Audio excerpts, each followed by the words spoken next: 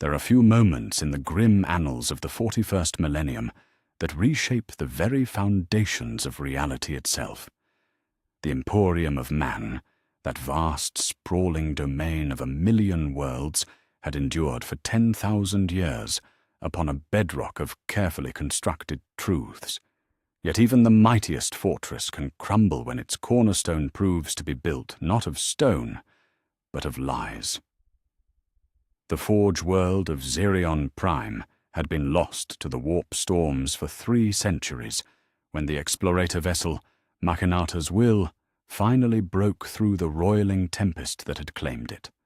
Tech Dominus Vallex 77 led the expedition into the tomb-silent factorums, his augmetic eyes scanning ruins that spoke of desperate final hours. The forges had gone cold, the servitors long since fallen to rust and decay.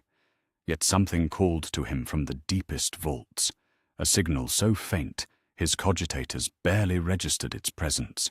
In the lowest sub-basement, beneath layers of rockcrete and steel that had withstood orbital bombardment, Vallex 77 found it. The device was no larger than a man's torso, yet it pulsed with energies that made his optical mechadendrites recoil, archaeotech of the Dark Age, undoubtedly. Its crystalline core flickered with patterns that hurt to perceive directly, and inscribed upon its obsidian surface were warnings in High Gothic and a dozen other languages. "Truth is the greatest heresy," read one. "Knowledge is damnation," proclaimed another. The Tech Dominus should have sealed the vault and reported his findings to Mars. The Omnissiah's teachings were clear about such discoveries. Yet the device whispered to him in languages his augmented brain could not quite parse, speaking of revelations that would shake the very pillars of the galaxy. Against every protocol burned into his cortex implants, Vallex 77 reached out with a trembling mechadendrite and touched the activation rune. The Veritas Vox awakened with a sound like reality tearing. Across the galaxy, every Voxcaster, every astropathic relay, every comlink and data slate suddenly blazed with a signal that could not be blocked, could not be silenced, could not be stopped. From the spires of terror to the darkest underhive, from the bridge of the mightiest battleship to the humblest agri-world settlement, the same voice spoke with the authority of ages. "Citizens of the Imperium," the voice began, neither male nor female, but something altogether more ancient.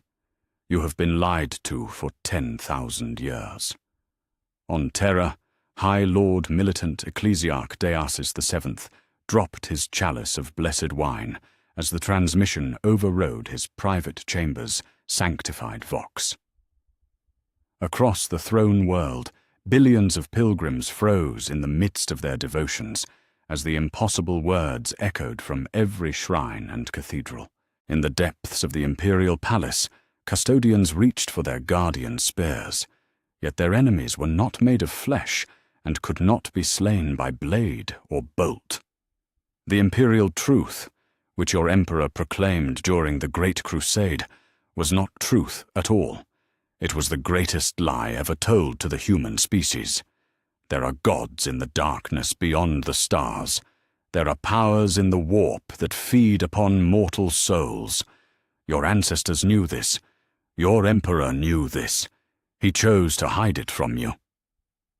Lord Commander Dante of the Blood Angels stood upon the command deck of his battle barge as the transmission reached even the deepest reaches of space. His ancient features, scarred by a millennium of war, grew pale as the voice continued its inexorable revelation. Around him, serfs and space marines alike listened in stunned silence to words that rewrote everything they understood about their reality. The entities you call demons are not mere warp predators. They are the servants of beings so vast and terrible that the mere knowledge of their existence was deemed too dangerous for you to possess. Yet your ignorance has not protected you. It has made you vulnerable. For 10 millennia, these dark gods have fed upon the suffering your ignorance created, grown strong upon the despair your blindness fostered. Planetary Governor Maxim Phal of Cadia stared at the Vox unit in his command bunker as though it had become a venomous serpent. The fortress world had stood against the eye of terror for 10,000 years, its soldiers dying in the thousands to hold back tides of horror that the Imperium claimed were merely aberrant xenos. Now the truth burned through the air like acid, and Val felt the weight of every lie he had told his soldiers, every false reassurance he had given to the families of the dead. Your emperor proclaimed that there were no gods, yet he himself had already made a pact with the very entities he denied. Upon Moloch, he walked into the realm of chaos and stole power from the gods themselves. The power that makes him eternal, the might that sustained him through the Great Crusade, was bought with bargains made in darkness. Your god is a thief who stole divinity from devils. The transmission reached the farthest hive worlds, the most isolated agri-settlements, the deepest mining colonies carved into the hearts of dead moons. Workers stopped their labors, nobles fled their palaces, and children asked questions that their parents could not answer. In the underhives, gang leaders who had whispered of dark powers in hidden shrines suddenly found their heresies vindicated by a voice that spoke with absolute authority. Tech Dominus, Valek 77 watched in mounting horror as the device continued its broadcast. He had expected knowledge, perhaps even forbidden law that would advance his understanding of the Omnissiah. He had not expected this systematic dismantling of everything the Imperium claimed to believe. His trembling fingers reached for the deactivation rune, yet something stayed his hand. Perhaps it was curiosity. Perhaps it was the growing certainty that the galaxy would never be the same again, regardless of what he chose to do. The imperial truth was designed not to enlighten, but to control. By denying the existence of gods, your emperor sought to starve them of worship. Yet in doing so, he created something worse than devotion.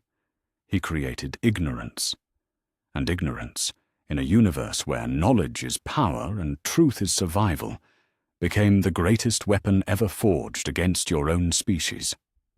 Across 1,000,000 worlds, the reaction was as varied as humanity itself. Some citizens fell to their knees in despair, their worldviews shattered beyond repair. Others raged against the voice, declaring it the vilest heresy ever spoken. Still others felt a terrible sense of relief, as though a weight they had carried unknowingly for their entire lives had finally been lifted from their shoulders. In the depths of space, Astropath screamed and collapsed as the psychic resonance of the revelation tore through the warp like a blade. For 10,000 years, you have been told that faith in the Emperor protects. This too is a lie built upon a foundation of truth. It is not faith that protects you from the darkness. It is knowledge. It is understanding. It is the willingness to face the horrible reality of your universe rather than hide behind comfortable deceptions. Your emperor knew this. That is why he kept the truth for himself and his chosen few, while feeding you the poison of ignorance. The transmission paused, and in that silence, the galaxy held its breath. Somewhere in the background of the signal, Valek 77 could hear something like weeping, or perhaps laughter.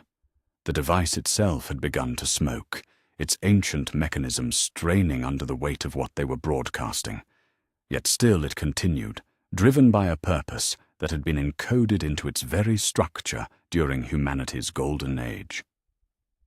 The Great Crusade was not a war to reunite humanity. It was a war to gather enough psychic mass to fuel your emperor's ascension to godhood. Every world conquered, every population brought under imperial rule, added to the vast reservoir of souls that would eventually sustain him upon the golden throne. You were never citizens. You were always cattle, bred and herded for the slaughter that was to come. The word struck the galaxy like a plague, spreading faster than any disease through the interconnected network of Imperial communication. Vox operators tried desperately to cut the signal, only to find their equipment had become conduits for something beyond their understanding. On Mars, the Fabricator General himself led a conclave of tech priests in desperate prayer to the Omnissiah, yet their binary cant was drowned out by the relentless revelation that poured from every speaker and data port on the Red Planet.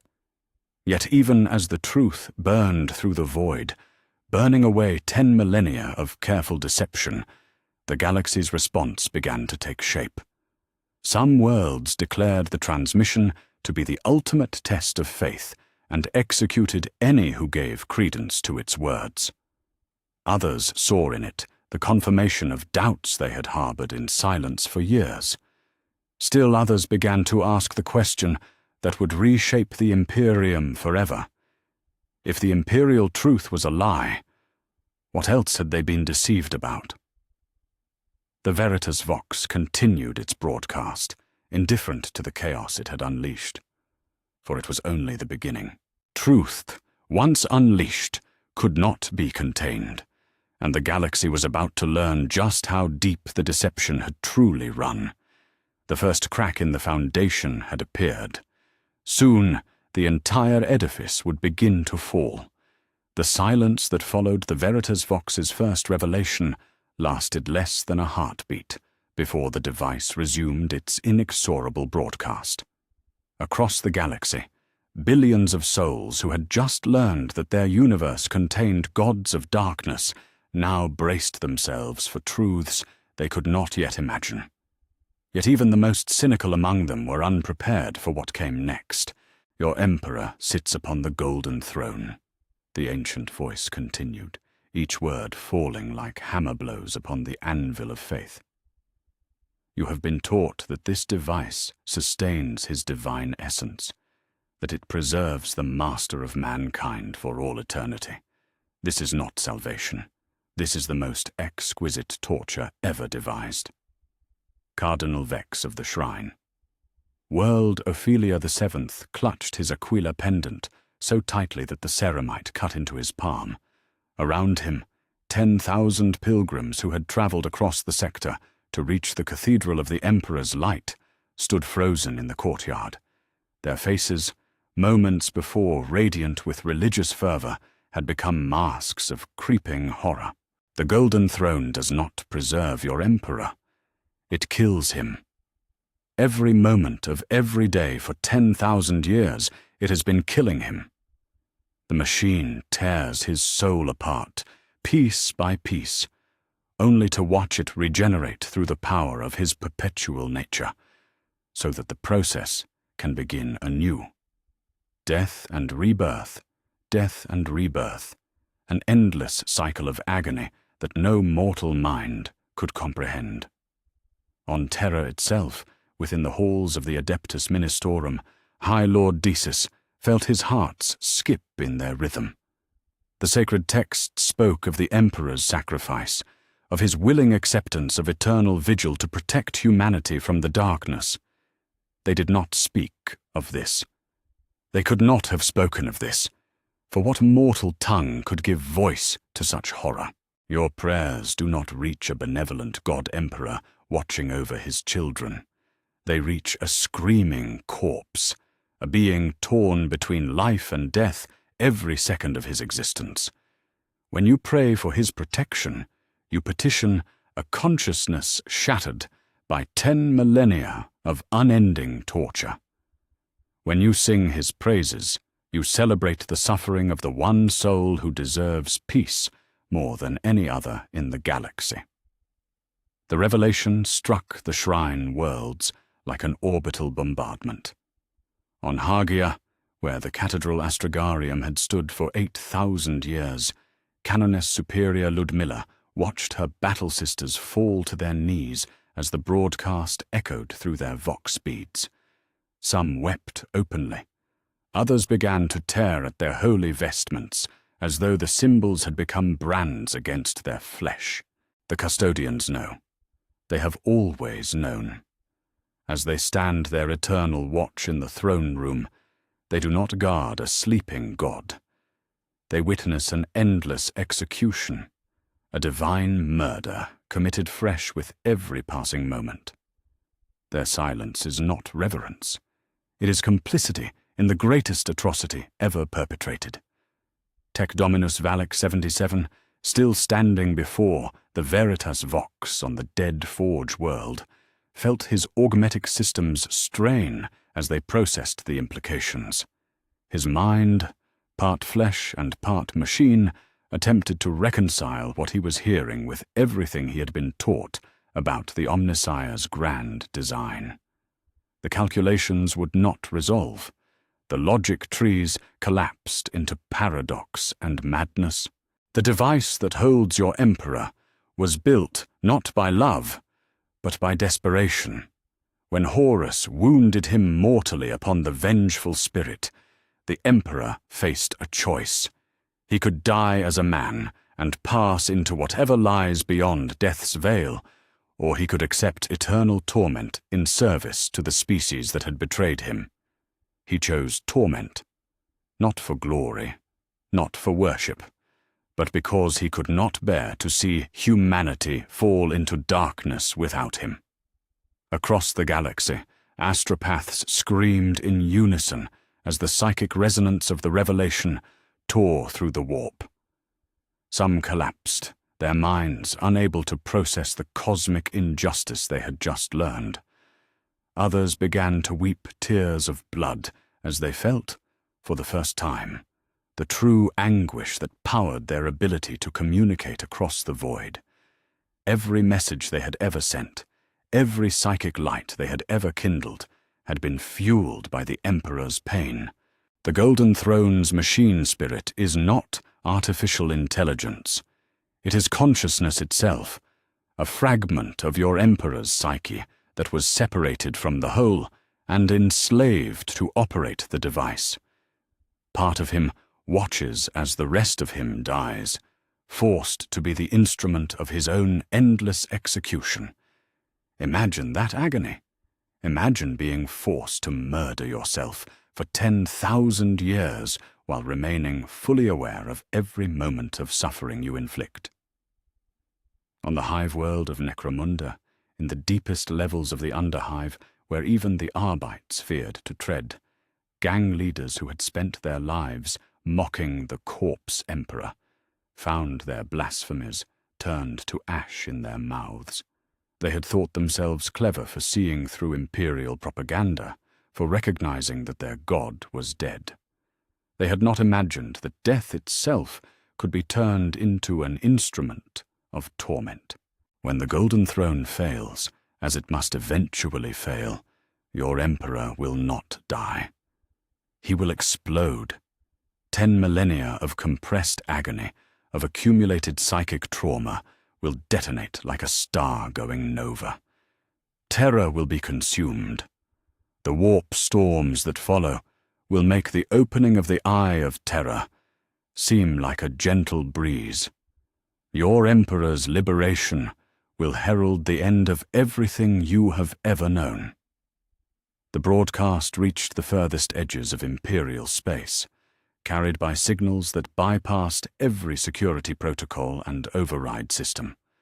On the eastern fringe, where Tau expansion fleets probed Imperial borders, human auxiliaries working for the greater good suddenly understood why their former countrymen fought with such desperate fury. They were not defending an empire. They were maintaining a torture chamber.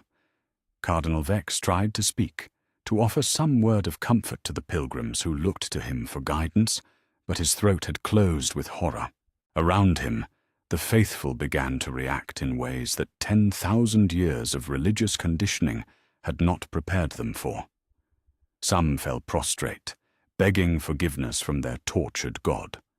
Others stood and walked away in silence, their faith not destroyed, but transformed into something else entirely. Still others began to laugh, the sound high and terrible in the cathedral's vaulted spaces. The Astronomicon, that great light in the warp that guides your ships through the darkness, is powered by his pain. Every time you travel between the stars, every time you navigate by his beacon, you use the Emperor's suffering as your guide. The light that brings you home is the visible manifestation of the greatest injustice in the history of the galaxy. Tech-adept Morzan of Forge World, Lucius dropped his plasma cutter as the revelation reached even the depths of the tech vaults. Around him, servitors continued their labors, unaware that the fundamental nature of their existence had just been redefined.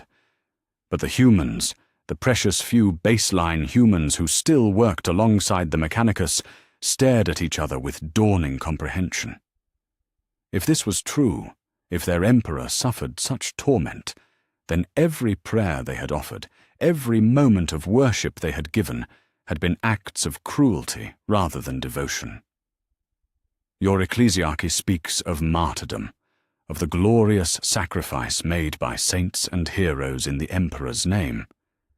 Yet none of them, not even Sebastian Thor himself, endured a fraction of what your God experiences every moment of his existence. The greatest martyrs in Imperial history lived and died in paradise, compared to the hell that is the Golden Throne. The words reached even the Space Marines, those transhuman warriors who had been conditioned to feel no doubt, no fear, no wavering in their faith. Captain Thaddeus of the Ultramarines' 3rd Company stood in the chapel of his strike cruiser and felt something crack inside his chest. It was not his faith breaking, but rather transforming into something harder and more terrible than it had been before. If the Emperor suffered such agony for their sake, then no sacrifice they could make would ever be sufficient to repay the debt. 10,000 years ago, your species made a choice. You chose to preserve one soul in eternal torment rather than face the darkness without him. Every day since, that choice has been renewed. Every psyker fed to the throne, every prayer offered in his name, every war fought for his glory, maintains the machine that keeps your God screaming. You are all complicit. You have all been made murderers of the being you worship most. The revelation thundered across shrine worlds and fortress monasteries, through the halls of the ecclesiastical palace, and into the deepest meditation chambers of the Space Marine chapters. Faith didn't die in that moment, but it changed. Some who heard the truth fell into despair so complete that they could not function. Others felt their devotion crystallize into something approaching madness, a determination to suffer any fate if it might someday ease their emperor's torment. Yet perhaps the most terrible aspect of the revelation was its logical consistency. Every aspect of imperial dogma suddenly made perfect sense when viewed through this lens of cosmic injustice. The emperor's silence, explained as holy mystery, became the silence of unending agony. His need for sacrifice, framed as divine hunger, revealed itself as the price of maintaining the most elaborate torture device ever conceived.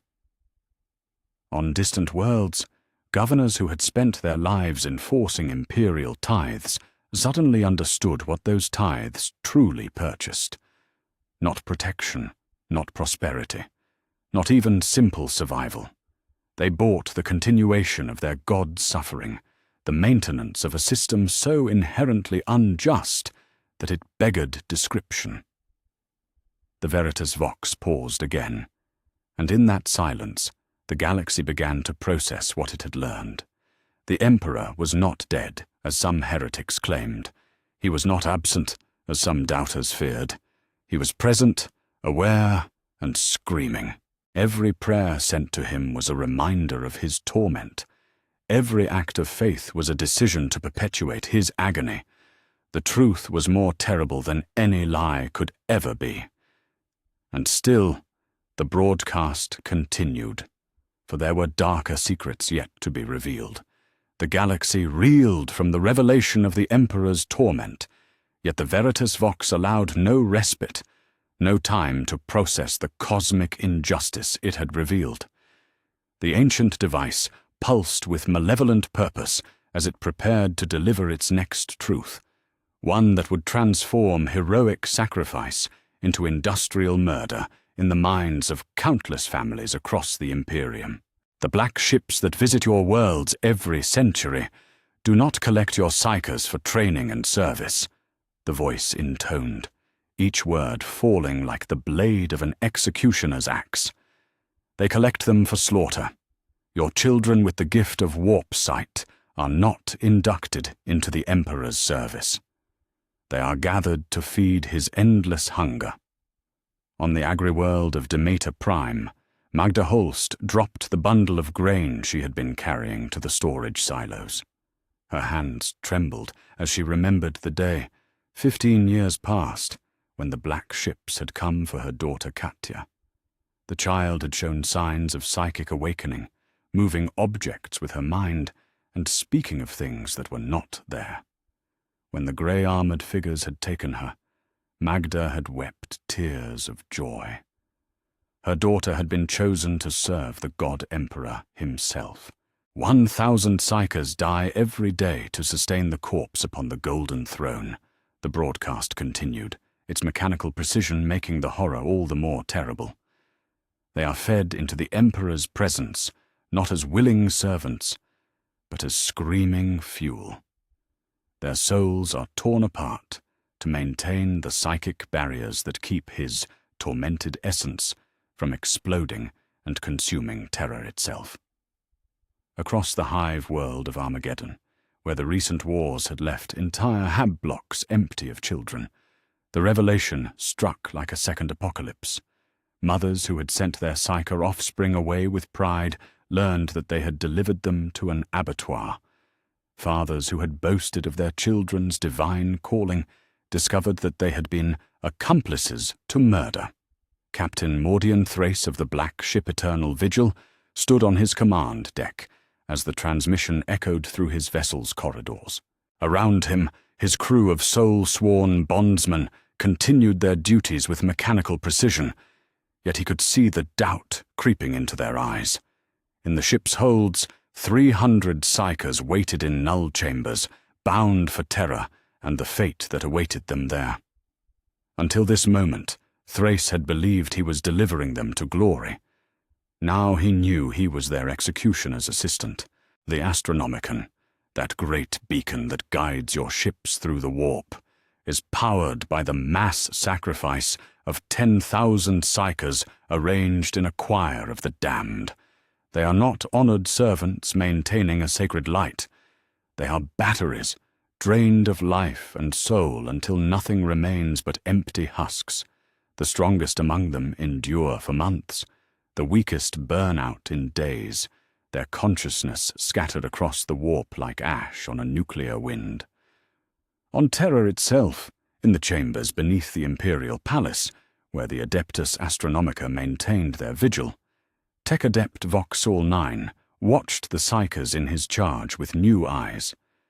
The men and women connected to the great psychic apparatus had always seemed peaceful to him, their faces serene as they channeled their life force through the Emperor's will. Now he noticed things he had ignored before, the way their eyes would flicker with terror in unguarded moments, the way some would mouth silent screams while their bodies remained perfectly still, the way newer inductees would sometimes weep without tears, their bodies too controlled by the apparatus to express their anguish fully. When the black ships arrive at a world, they sort your children like livestock. The strongest psychers, perhaps 1 in 100, are sent for training as astropaths or sanctioned psychers. These few will know service and honor, though even they will eventually be consumed by the roles they are forced to play. The rest, the vast majority, are earmarked for immediate sacrifice. Your precious children are evaluated not for their potential, but for their utility as fuel."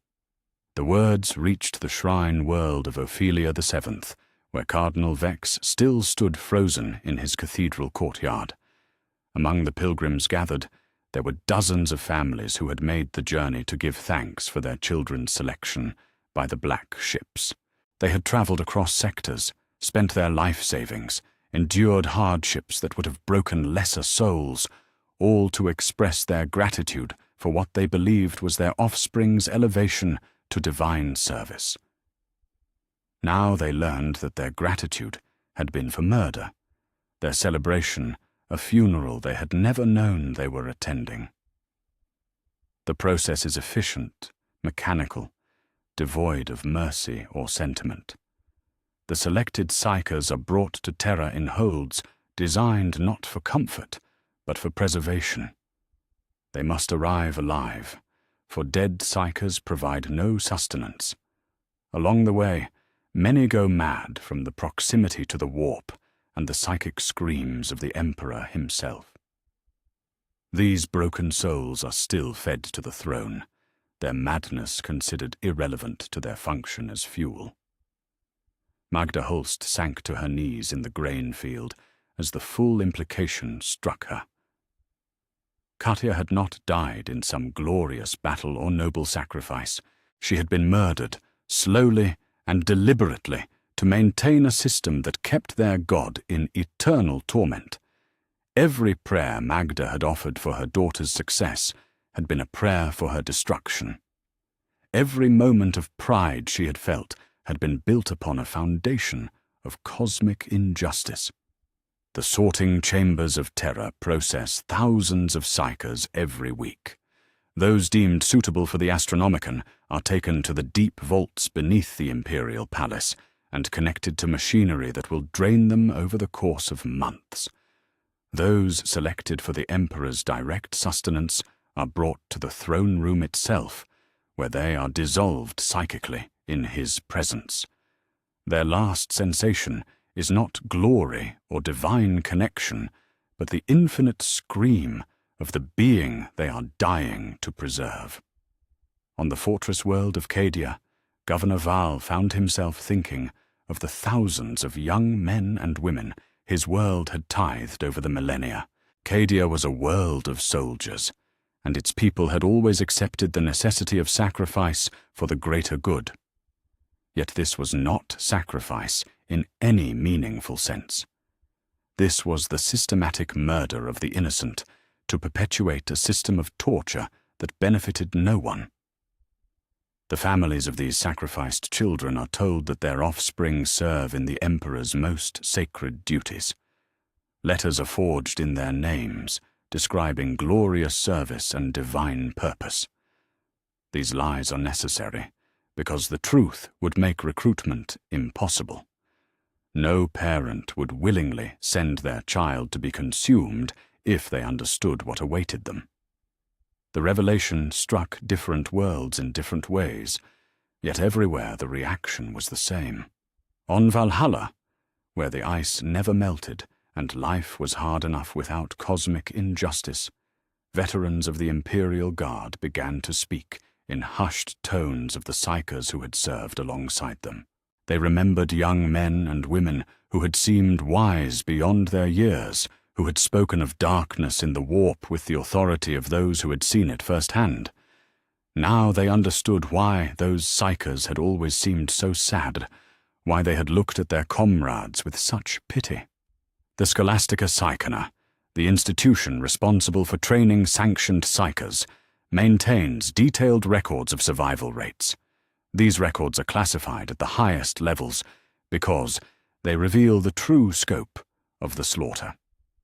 For every psyker who survives training and goes on to serve the Imperium, 50 others die in the process.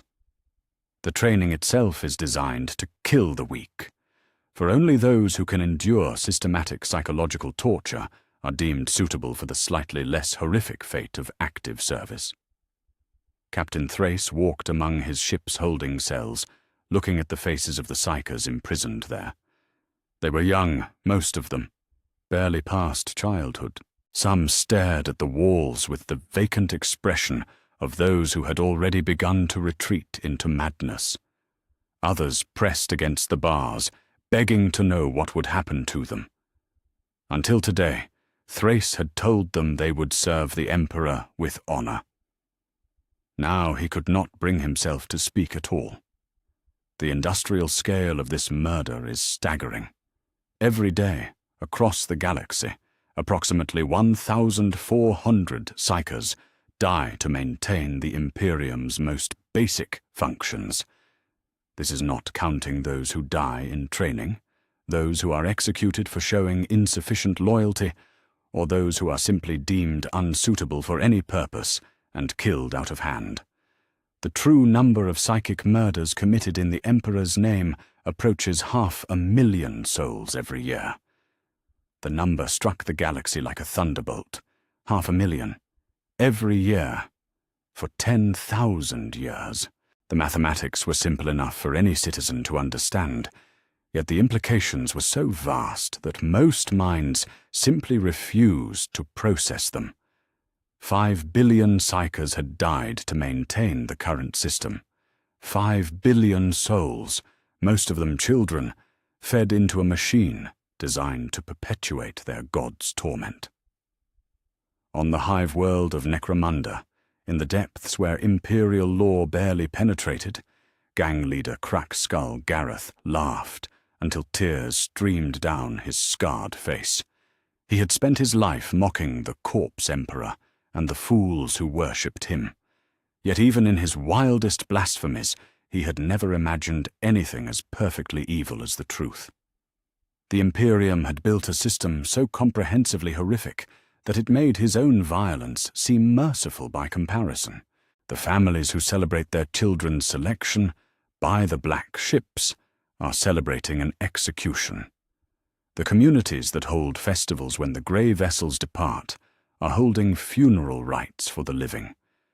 The priests who bless the chosen psychers are pronouncing death sentences upon the innocent. All of this is done with full knowledge of the Adeptus Ministorum, the Inquisition, and the High Lords of Terror themselves.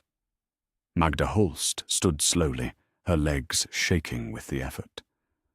Around her, the grain field stretched to the horizon, golden and peaceful in the afternoon light.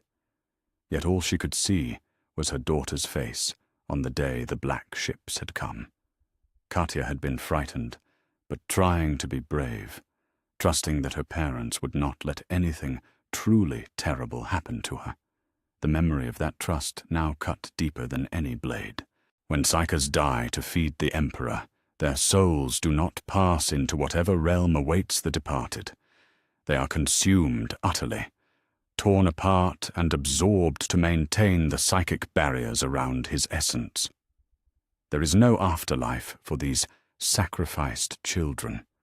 No peace, no reunion with loved ones in death. They simply cease to exist, snuffed out like candles in a hurricane, so that their life force can be added to the great working that keeps the galaxy's greatest torturer alive. The broadcast paused, and in that silence, the galaxy began to count its dead. Every world had given up its psychers to the black ships. Every family had members who had vanished into the grey vessel's holds. Every community had celebrated sacrifices they had never understood were genuine murders. The scope of complicity was total, the weight of guilt universal. Yet perhaps the most terrible aspect of the revelation was its necessity. Without the daily sacrifice of psychers, the Emperor would die, and his death would consume Terra and shatter the Imperium. The system was evil beyond description, yet also seemingly impossible to abandon.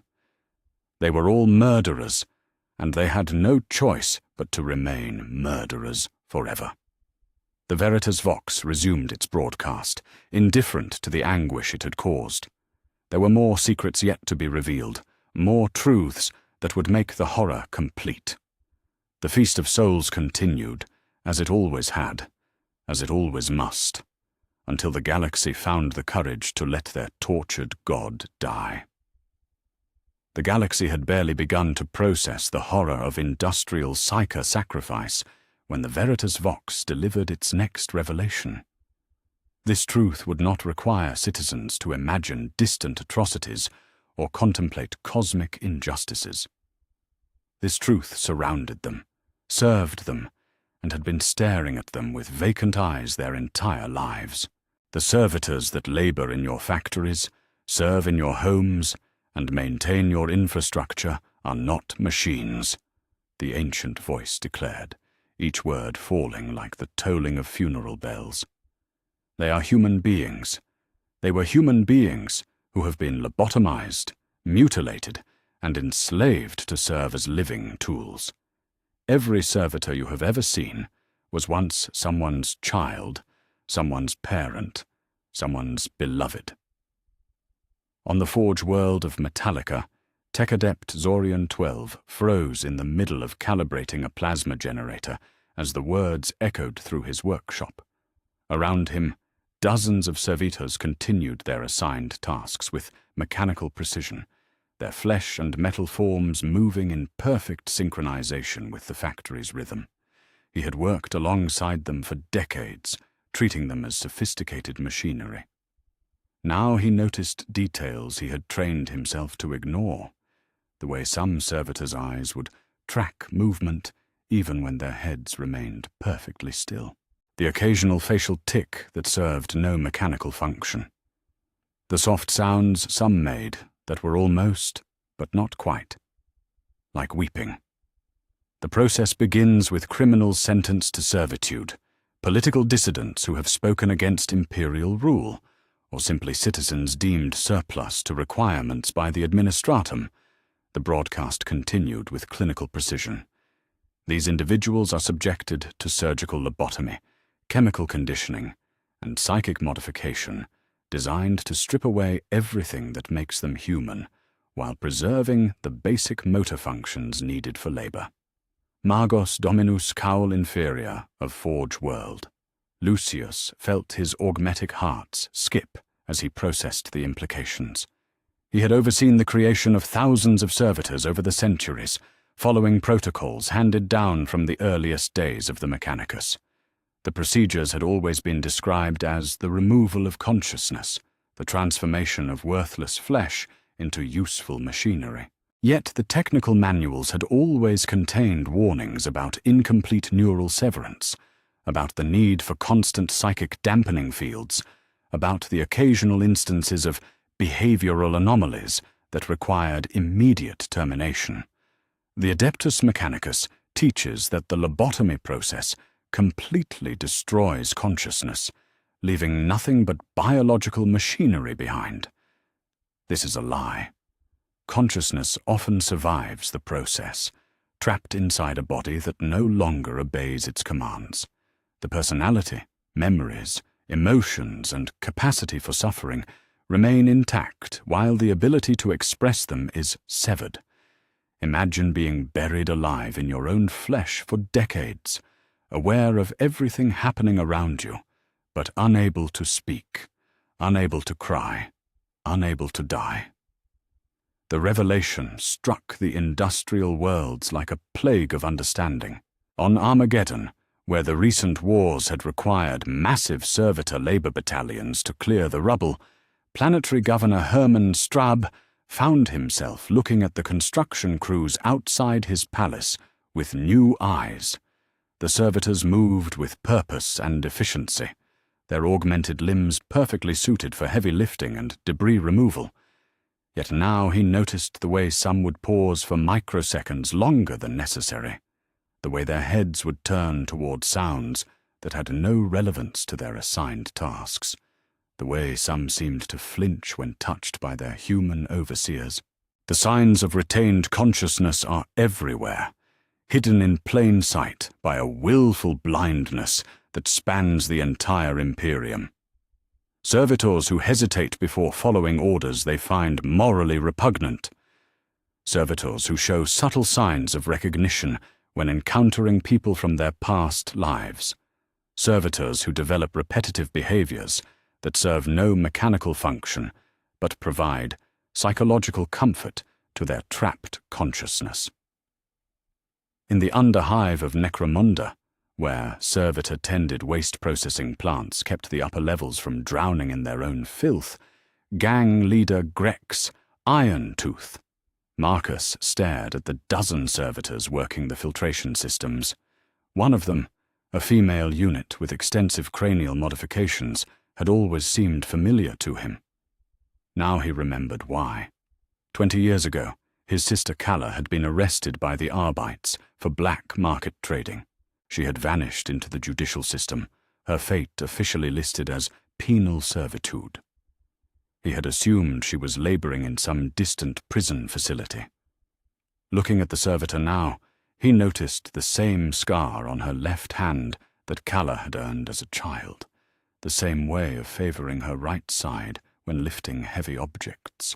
The creation of servitors requires specific expertise in neurosurgery, psychic conditioning, and cybernetic integration. This knowledge is jealously guarded by the Adeptus Mechanicus, who claim it is necessary to prevent the creation of thinking machines that might rebel against humanity. In truth, the complexity of the process serves to hide its true nature. If servitor creation were simple, too many tech priests would recognize what they were actually doing. The elaborate procedures, the ritual components, the sacred oils and incense all serve to disguise industrial torture as religious ceremony. Tech Dominus Valek 77, still standing before the Veritas Vox on the dead forge world of Xerion Prime, felt his optical mechadendrites tremble as the device's revelations struck close to his own experience. He had overseen servitor creation procedures countless times, following the rituals with perfect precision. Yet there had always been moments of doubt, occasions when a subject's vitals spiked at specific points in the procedure, suggesting awareness of what was being done to them. He had dismissed these signs as mere biological reflexes, meaningless responses from flesh that was being transformed into something higher. Now he understood that those spikes had been screams his instruments were too crude to interpret. The industrial scale of servitor production across the Imperium means that millions of human beings are currently trapped in mechanical bodies, aware of their condition, but unable to communicate their suffering. They serve in your homes, preparing your meals with hands that remember embracing loved ones. They maintain your vehicles with minds that recall their own dreams and ambitions. They guard your facilities with eyes that have watched their own humanity being systematically stripped away. On the hive world of Tertius, in the mid-levels where the merchant classes maintained their comfortable lives, Madame Valori looked at her household servitors with growing horror. The unit that had prepared her breakfast for 15 years suddenly seemed less like a sophisticated appliance and more like a person trapped in a mechanical shell. She noticed for the first time the way it would sometimes pause while cooking, staring at ingredients with what she had previously dismissed as processing delays, but now recognized as possible memories of meals it had once prepared for its own family. The Mechanicus maintains that servitors require psychic dampening fields to prevent interference from warp entities. This is partially true, but the dampening serves another purpose. It suppresses the psychic screams of the trapped consciousness, preventing other psychers from detecting the spiritual agony that radiates from every servitor. Without these fields, the psychic emanations from servitor workshops would be detectable across entire sectors, revealing the true scope of the atrocity. The broadcast reached the Space Marine chapters, where servitors maintained the massive war machines and fortress monasteries that protected the Imperium's finest warriors. Captain Marcus of the Imperial Fists stood in the armory of his battle barge as servitors performed routine maintenance on bolters and chains wards. These particular units had been requisitioned from the local Adeptus Mechanicus facility decades ago, their origins lost in bureaucratic records. Yet now he wondered about the men and women they had once been. Had they been criminals deserving of punishment, or simply citizens whose only crime was being in the wrong place when the servitor quotas needed filling? The process of servitor creation is not reversible. Once the neural pathways have been severed and the cybernetic implants integrated, the subject cannot be restored to full humanity. Yet this does not mean they cannot suffer. The trapped consciousness experiences every moment of its mechanical existence, every order it is forced to obey, every indignity it must endure. Death would be a mercy, yet servitors are designed for longevity, their mechanical components maintained while their biological elements are sustained through chemical intervention. Across the galaxy, citizens began to examine the servitors in their midst with new eyes. Factory workers on Cadian munitions plants noticed the way some servitors would occasionally mouth words during their labors, silent communications that served no mechanical function. Administrators on agri-worlds observed servitors tending to crops with what seemed like unnecessary gentleness, as though they remembered caring for living things. Even on the most sophisticated forge worlds, where servitors were treated as sacred fusion of flesh and machine, tech priests began to notice behavioral patterns that suggested something more than mere programming. The signs of retained consciousness vary depending on the individual and the completeness of the lobotomy procedure. Some servitors show subtle emotional responses to music or familiar voices. Others demonstrate problem-solving abilities that exceed their programming parameters. Still others exhibit what can only be described as grief, a persistent melancholy that affects their efficiency and requires periodic psychological reconditioning to suppress. On Terra itself, in the halls of the Adeptus Administratum, scribe Secundus Valen found himself staring at the servitor that had assisted him with data processing for the past 5 years. The unit was equipped with multiple ocular implants that allowed it to read dozens of documents simultaneously, its brain modified to process and categorize information at superhuman speeds. Yet Valen now noticed that, when presented with certain types of documents, particularly those dealing with family separations or child welfare cases, the servitor would pause fractionally longer than its programming required. He had always attributed this to processing delays. Now he wondered if he was witnessing something that might be called compassion, a remnant of humanity struggling against its mechanical constraints. The Imperium citizens are surrounded by slavery so complete that the enslaved cannot even be recognized as human.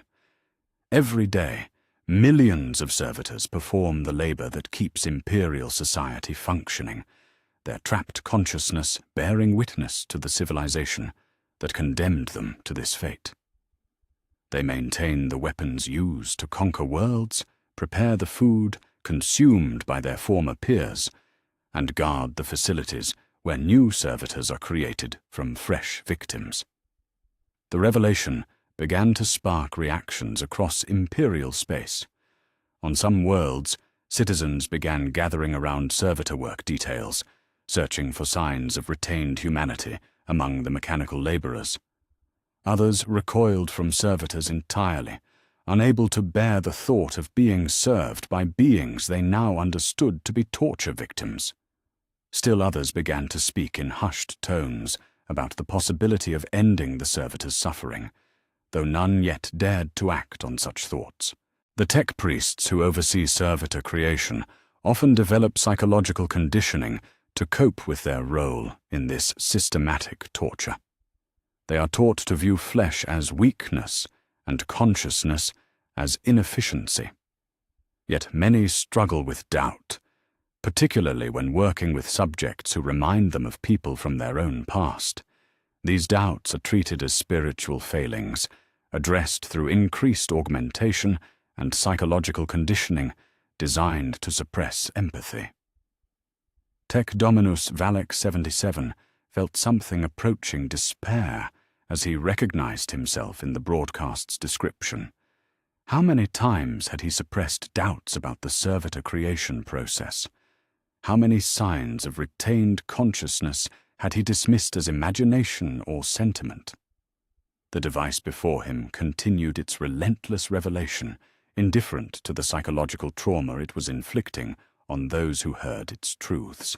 The servitor program represents perhaps the most complete violation of human dignity ever institutionalized by the Imperium.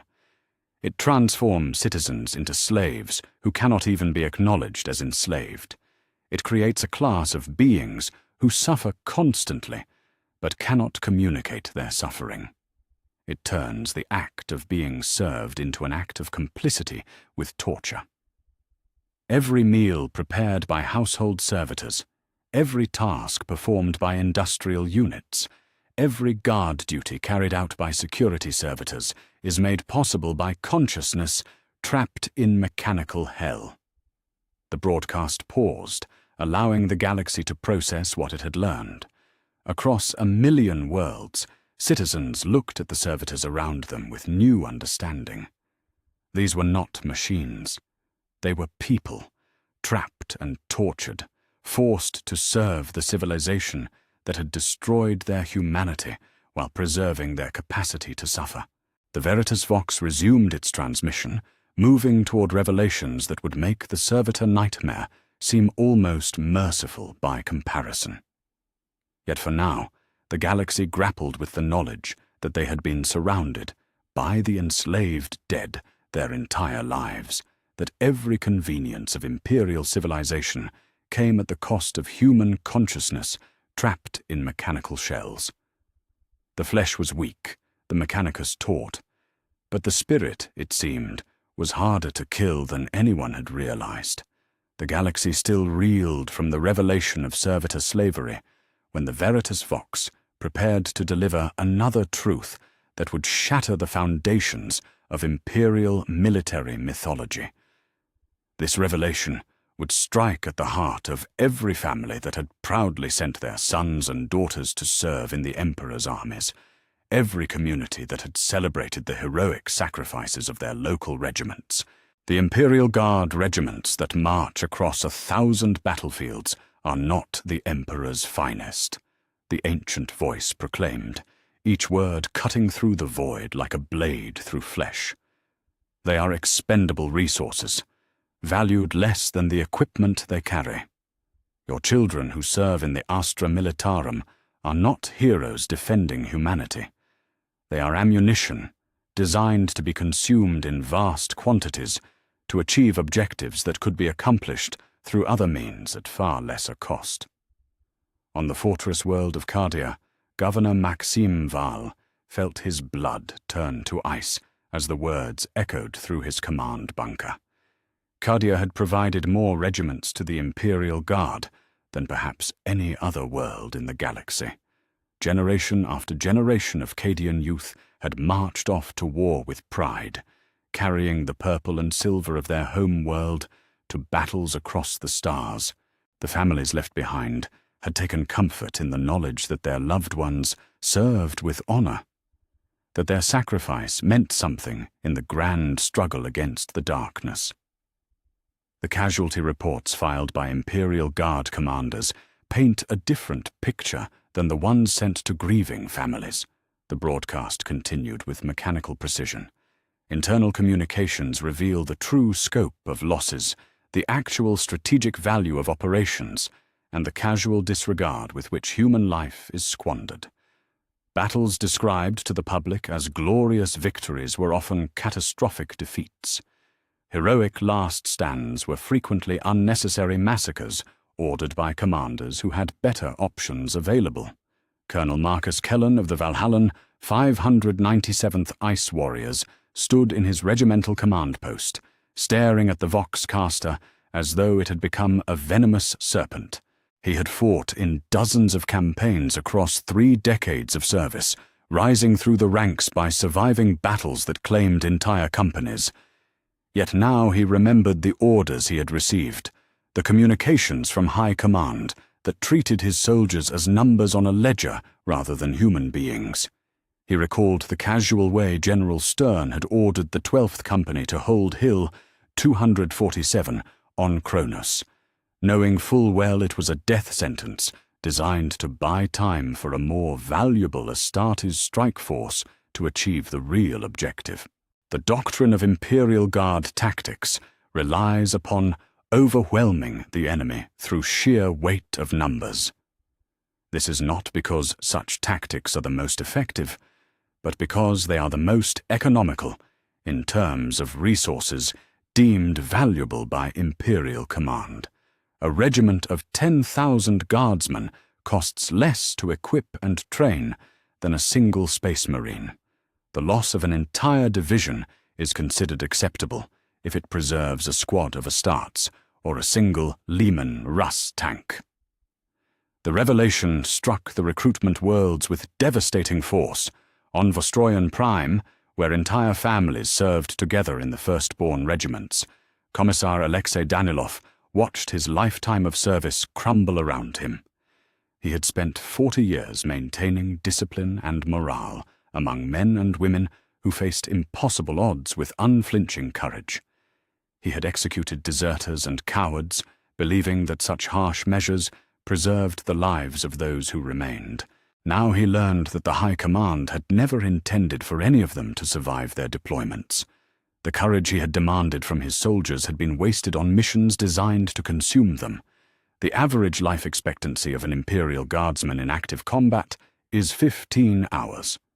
This statistic is well known to regimental command staff, but is never shared with the enlisted personnel or their families. Recruitment propaganda speaks of glory and honor, of serving the God Emperor in his most sacred duty. The reality is that most guardsmen die in their first engagement, often without firing a shot, frequently without ever seeing the enemy that kills them.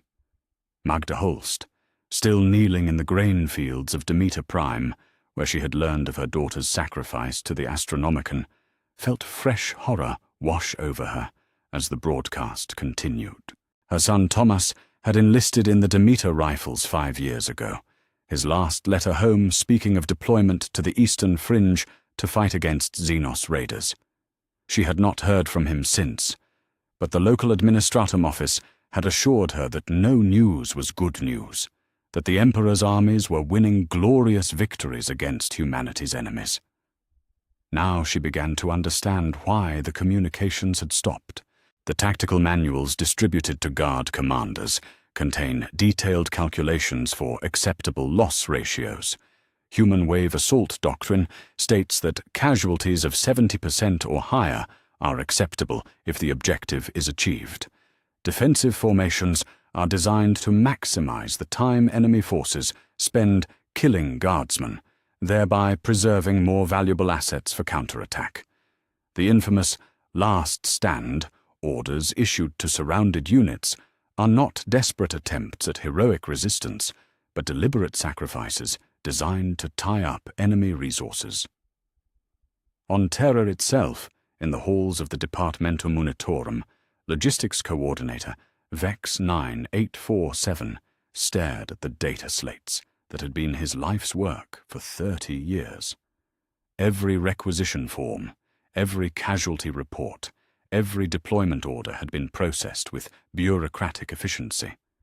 Yet the numbers had always seemed disconnected from human reality, abstract figures representing logistical challenges rather than lives lost. Now the broadcast forced him to confront what those numbers had always meant. The regiment strength deployment to Armageddon that had been listed as total loss represented 8,000 individual deaths. The casualty replacement requests that crossed his desk daily were pleas for fresh bodies to feed into the same meat grinder that had consumed their predecessors. The communications between field commanders reveal the true nature of Imperial Guard operations. Acceptable losses for minimal territorial gain, reads one report from the Sabbat World's Crusade. Recommend continued frontal assault until enemy ammunition exhausted, states another from the Macarian campaigns. Guard units successfully drew enemy fire, enabling Astartes' flanking maneuver, summarizes a battle that killed 12,000 soldiers to save the lives of 50 Space Marines. The words reached the veterans who had somehow survived their service and returned to civilian life. On the industrial world of Krieg, where the population had been conditioned to accept death as the highest honor, former guardsman Klaus Brenner felt something approaching madness as he processed the revelation.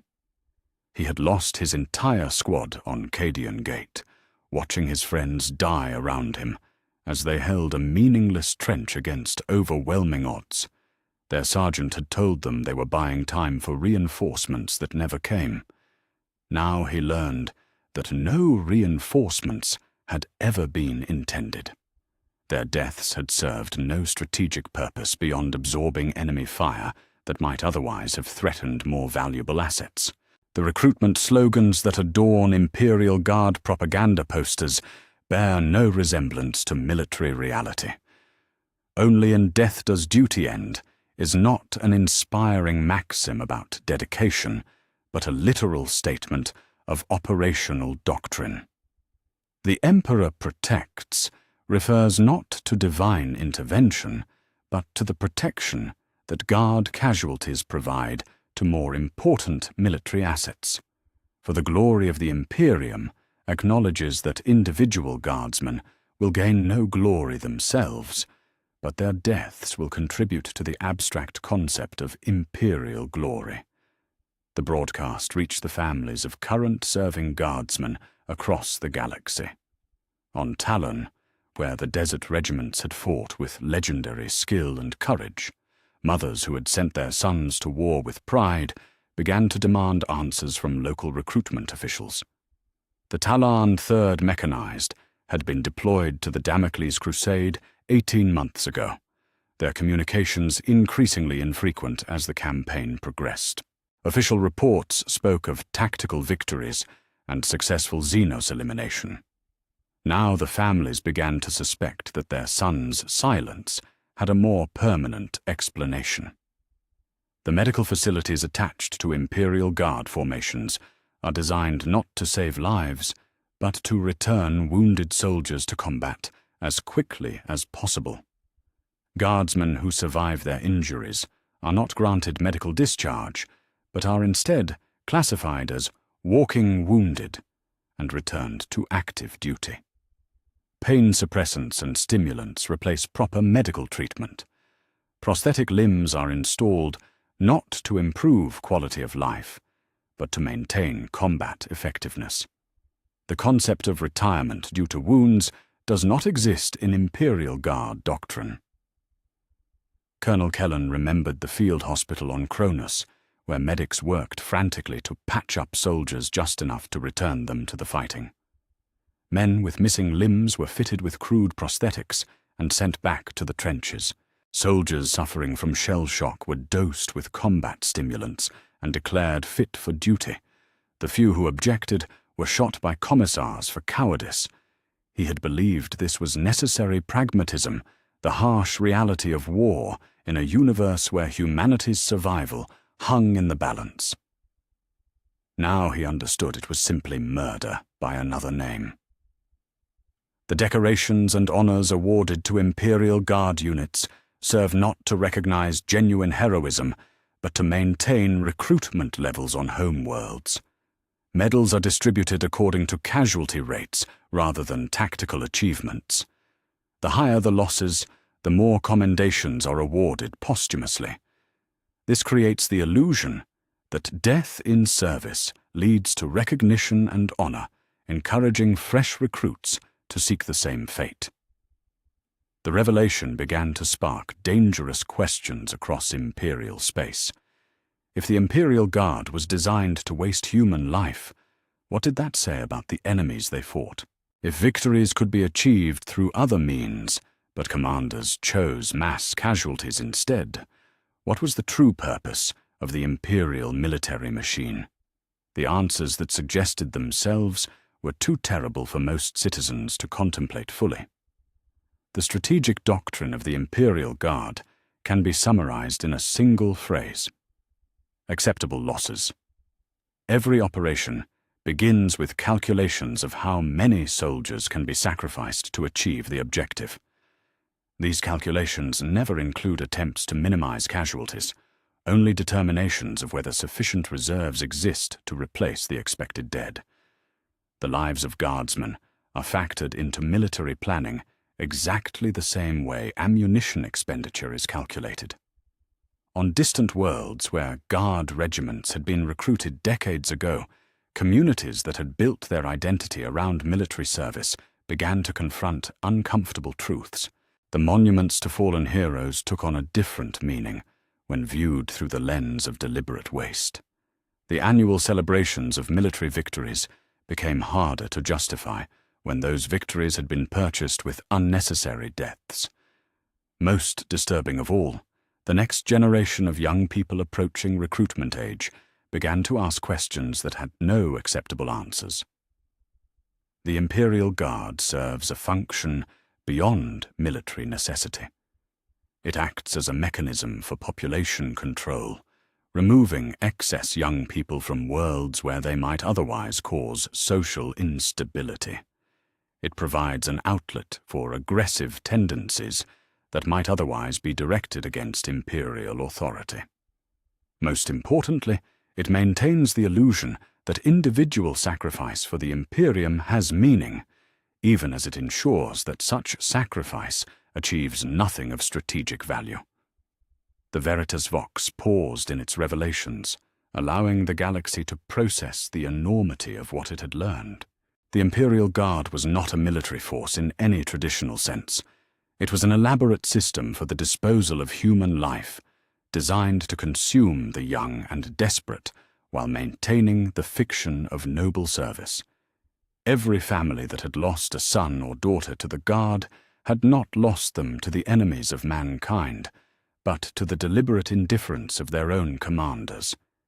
Yet perhaps the most terrible aspect of this revelation was its logical necessity within the imperial system. If human life truly had no value beyond its utility to the state, then the casual disposal of millions of soldiers made perfect sense. The Guard was not failing in its mission, but fulfilling it exactly as designed. The waste was not a regrettable side effect, but the primary objective. The broadcast resumed, promising even darker truths to come. The galaxy had learned that their soldiers were expendable, their officers indifferent, and their military victories built upon mountains of unnecessary corpses. Yet this was only the beginning of the horror that imperial military doctrine represented. The Emperor's finest, it seemed, were finest only at dying in vast numbers for causes that meant nothing to those who ordered their deaths. The galaxy had barely begun to process the casual disposal of its military forces when the Veritas Vox prepared to reveal an atrocity so vast that it dwarfed all previous horrors. The device's next transmission would expose the ultimate expression of imperial justice, where entire worlds and all their inhabitants could be erased from existence on the whim of a single individual. The Inquisition possesses the authority to order exterminatus upon any world within the Imperium, the ancient voice declared, each word falling like the tolling of a death knell for civilizations. This power has been exercised 1,247 times in the past millennium alone, resulting in the deaths of approximately 3.2 trillion imperial citizens. These were not enemy worlds conquered in war, but loyal imperial planets whose populations died for the crime of existing in the wrong place at the wrong time. On Terra, in the obsidian towers of the Inquisitorial Fortress, Lord Inquisitor Vex Machinator felt his augmetic hearts stutter as classified records that should have been buried beneath layers of psychic encryption and mind-locked data vaults spilled forth through the impossible transmission. The Ordo Malleus archives contained detailed reports of every exterminatus action, complete with casualty estimates, strategic assessments, and post-operation analysis. These documents had been sealed with blood oaths and death curses, accessible only to those with the highest clearance. Now they were being broadcast to every citizen in the galaxy. The reasoning employed by the Inquisition when ordering planetary destruction follows a simple calculus. It is better for 1 billion innocent souls to perish than for a single corrupted individual to escape and potentially contaminate other worlds. This doctrine treats Imperial citizens not as people to be protected, but as potential vectors for corruption that must be eliminated when containment becomes inconvenient. The broadcast began to list specific examples, each one striking the galaxy like a hammer blow. Typhon Primaris, destroyed in 801 M41 for harboring a suspected genestealer cult. Population 4.7 billion. Subsequent investigation revealed no evidence of alien contamination. Verdana 3, subjected to viral bombing in 923 M41 after a single astropath reported disturbing visions. Population 2.3 billion. The visions were later determined to be side effects of standard psychic conditioning medications. Magda Holst, still standing in the grain fields of Demeter Prime, felt the universe tilt around her as one name on the list struck her like a physical blow. Harvest Moon, obliterated in 987.M41 following reports of chaos cult activity. Population 890 million. Her sister Lyra had moved to Harvest Moon 30 years ago with her husband and 3 children. The family had lost contact during what the Administratum had described as severe warp storm activity that made astropathic communication impossible. Magda had spent decades hoping for word that her sister's family had survived. Now she learned that there had been no warp storm, no natural disaster, no evacuation to safer worlds. The Inquisition had simply erased them all. The months of shame represent perhaps the most egregious example of inquisitorial excess in recent imperial history, the Veritas Vox continued, its mechanical voice indifferent to the cosmic injustice it described. Following the First War for Armageddon, Inquisitor Lord Jack Draco ordered the sterilization and imprisonment of the entire surviving civilian population. 8 billion Imperial citizens who had successfully defended their world against demonic invasion were rewarded with forced sterilization, mind-wiping, and lifetime imprisonment in work camps scattered across the galaxy. The revelation struck Armageddon itself with particular force. Governor Hermann Straub stood in his palace, surrounded by the rebuilt splendor of his capital city, while learning that the men and women who had made that rebuilding possible had been sentenced to a fate worse than death. The surviving population of Armageddon consisted entirely of people who had been born after the war or imported from other worlds. The original Armageddonians, the ones who had actually fought the demons and won, had been disappeared by their own government. The justification provided for this atrocity was that exposure to demonic forces, even successful resistance against them, represented an unacceptable contamination risk. Citizens who had proven their loyalty through blood and sacrifice were deemed more dangerous than the actual demons they had defeated. The sterilization ensured that their contaminated genetic material could not be passed to future generations, while the mind-wiping eliminated their memories of effective anti-diamond tactics that might have been useful in future conflicts. Tech Dominus Valek 77, still standing before the Veritas Vox on the dead forge world of Xerion Prime, felt his optical implants dim as the full scope of the revelation processed through his augmented consciousness. The Adeptus Mechanicus had provided the technology for the Armageddon sterilizations, following ancient protocols for genetic cleansing that dated back to the dark age of technology. He had always believed these procedures were used only on confirmed mutants and heretics. The idea that they had been deployed against loyal Imperial citizens solely for the crime of surviving a demon invasion was beyond his capacity to reconcile with any coherent moral framework. The work camps established for the Armageddon survivors were designed not for rehabilitation or monitoring, but for the gradual elimination of the imprisoned population through exhaustion, malnutrition, and despair. The average life expectancy in these facilities was 18 months. Guards were recruited from penal legions and explicitly instructed to view the prisoners as condemned heretics rather than loyal citizens.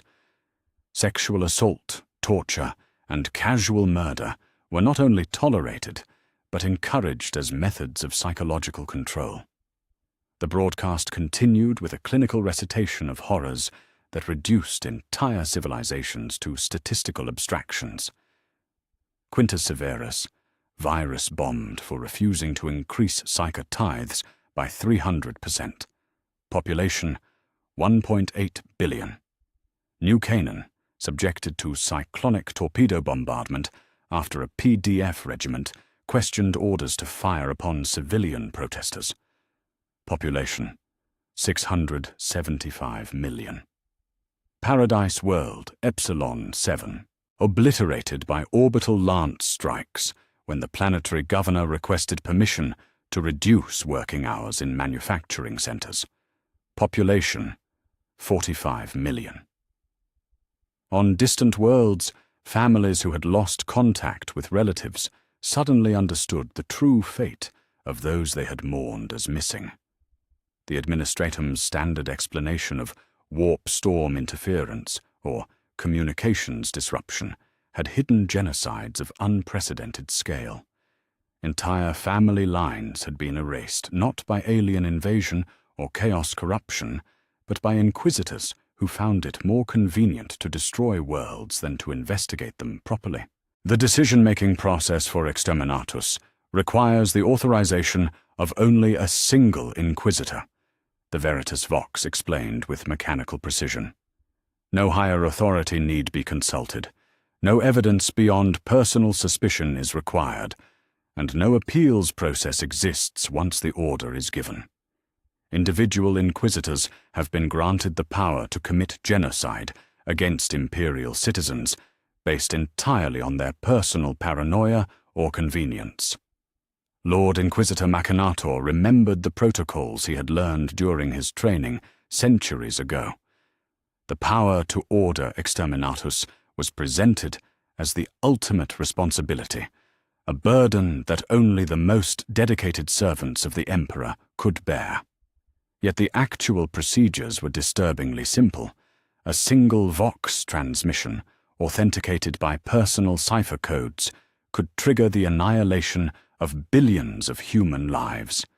There were no safeguards, no review processes, no mechanisms to prevent abuse.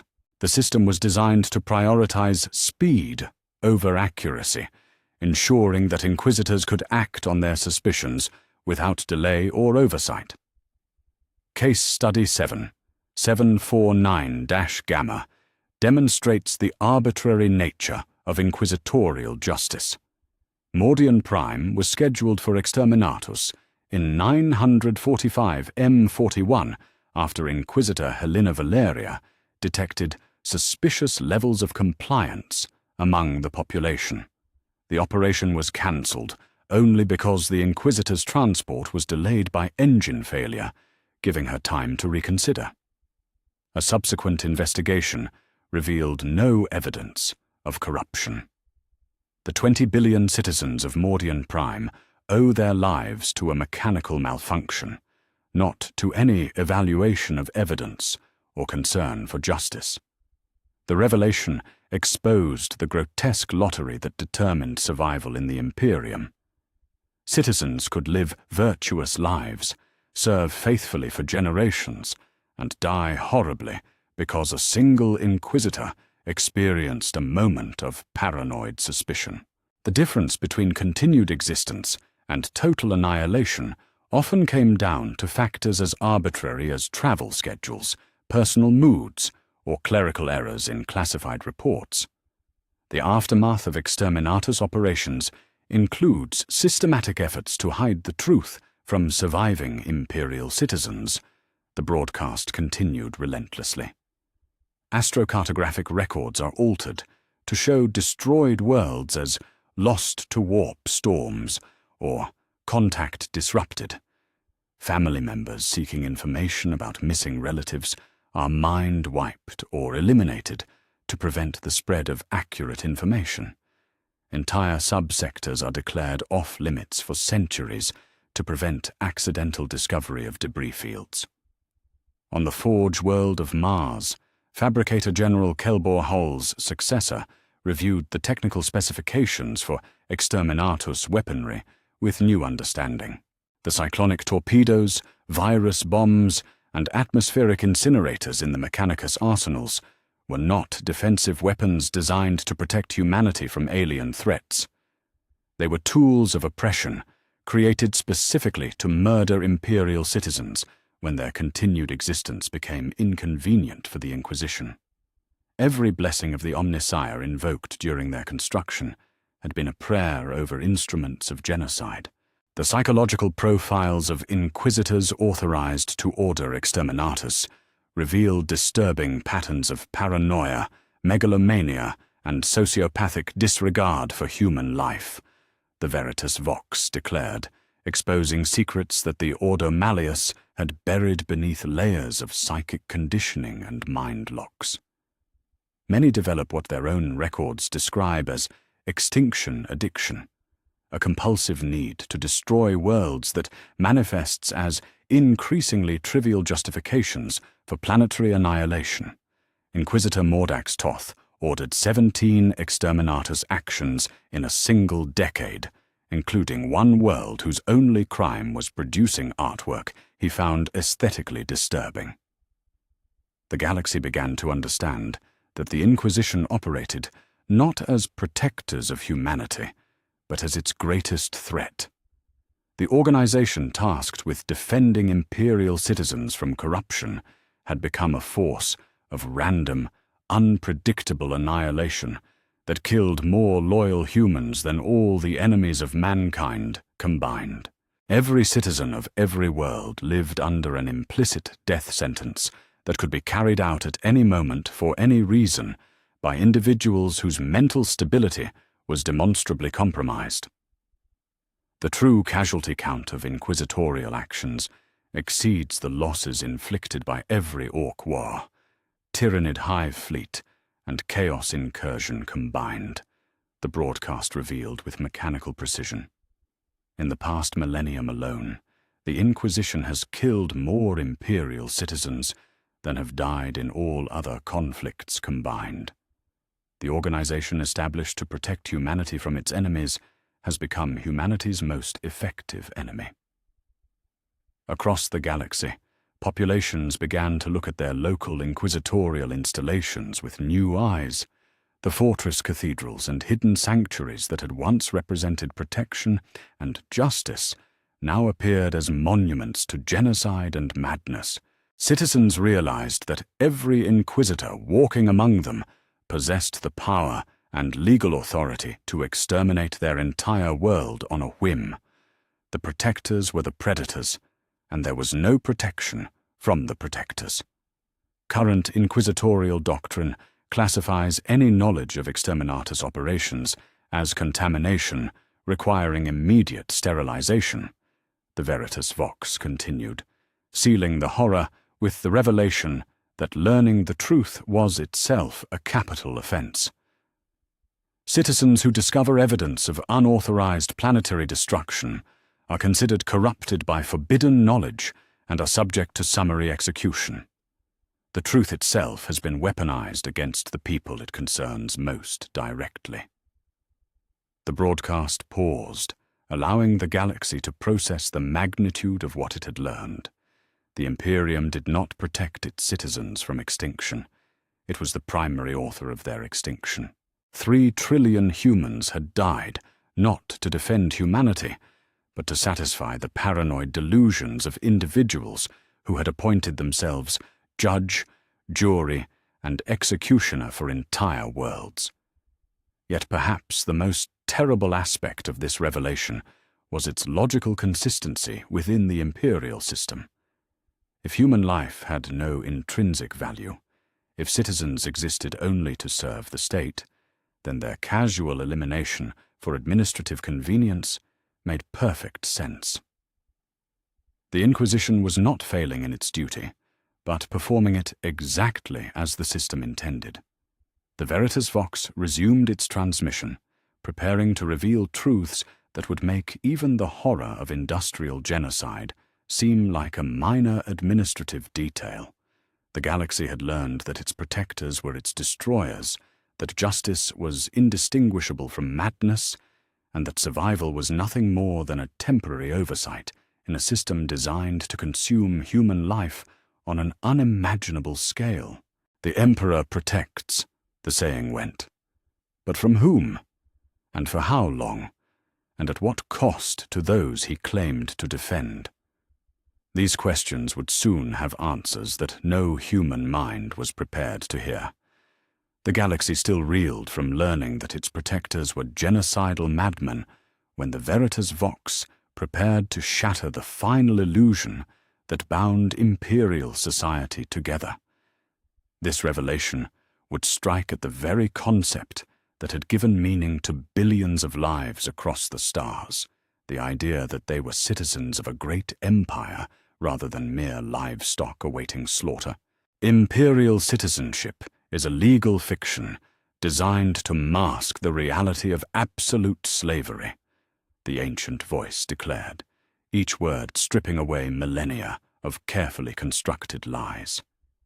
Every human being within the Imperium's borders is classified not as a citizen with rights and protections, but as a resource belonging to the state. You possess no legal standing, no inherent value, and no protection from the arbitrary exercise of imperial authority. You are property, nothing more. On the hive world of Necromunda, in the administrative centers where millions of citizens queued daily to renew work permits and residence authorizations, senior clerk Mordian Hax felt his world collapse around him.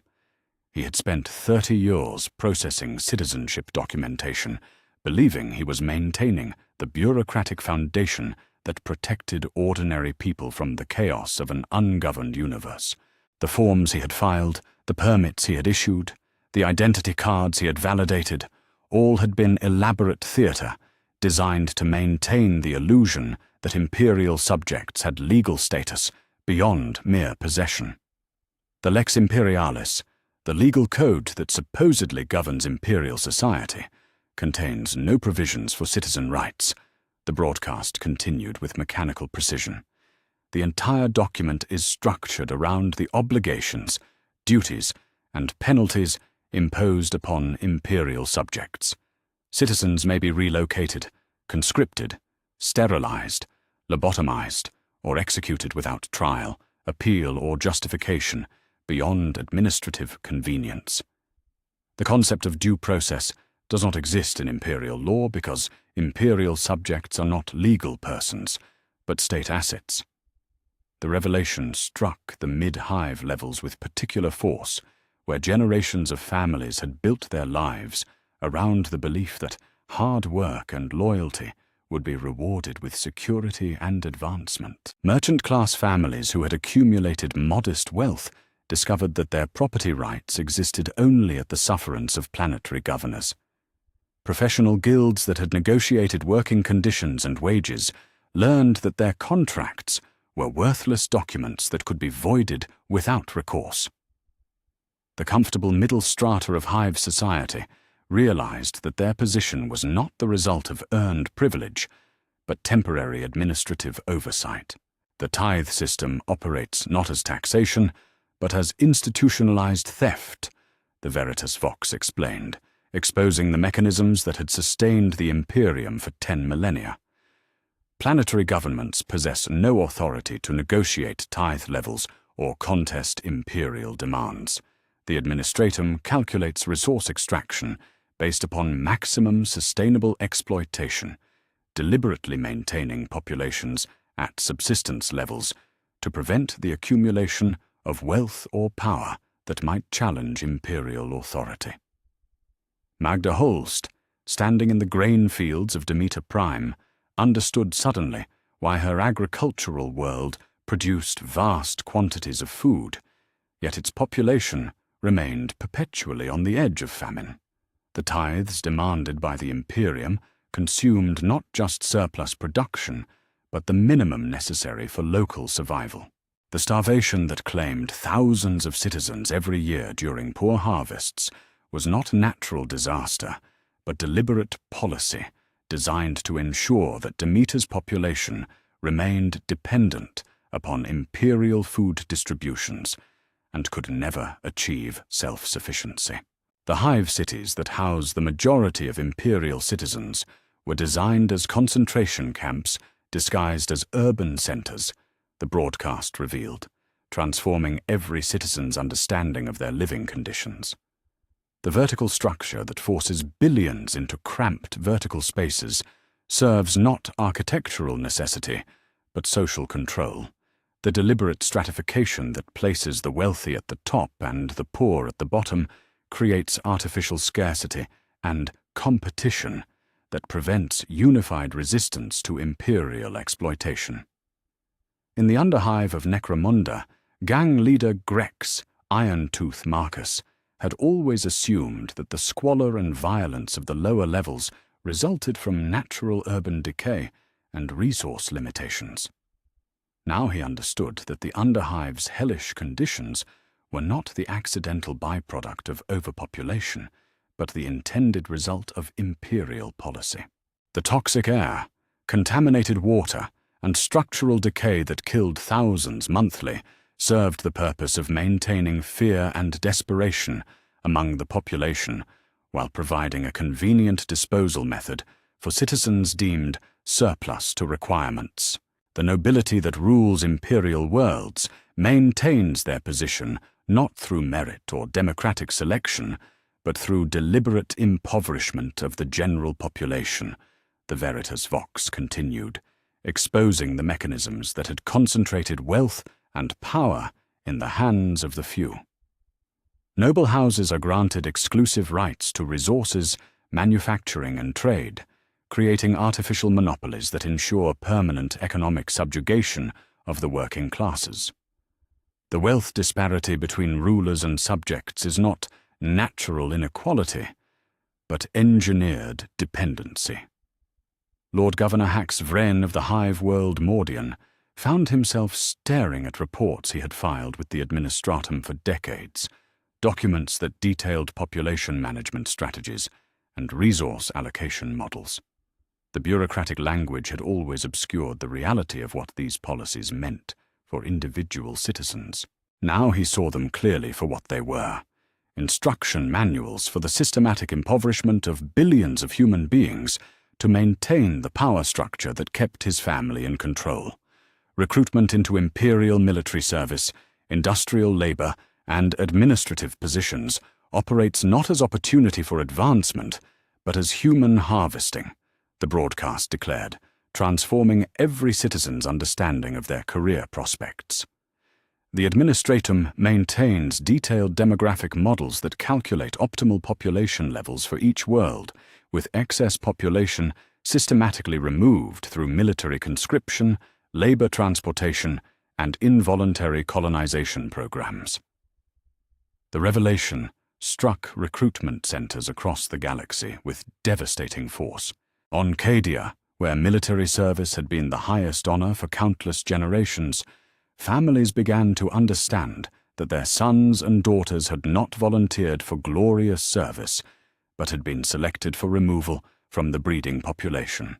The pride they had felt in their children's acceptance into the Cadian shock troops transformed into horror as they realized that military recruitment served primarily as population control rather than defense.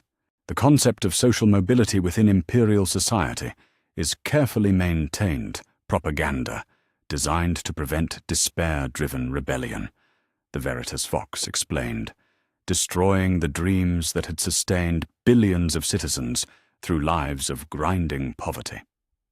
Occasional promotions from lower social strata serve not to reward merit, but to create the illusion that advancement is possible through loyalty and hard work.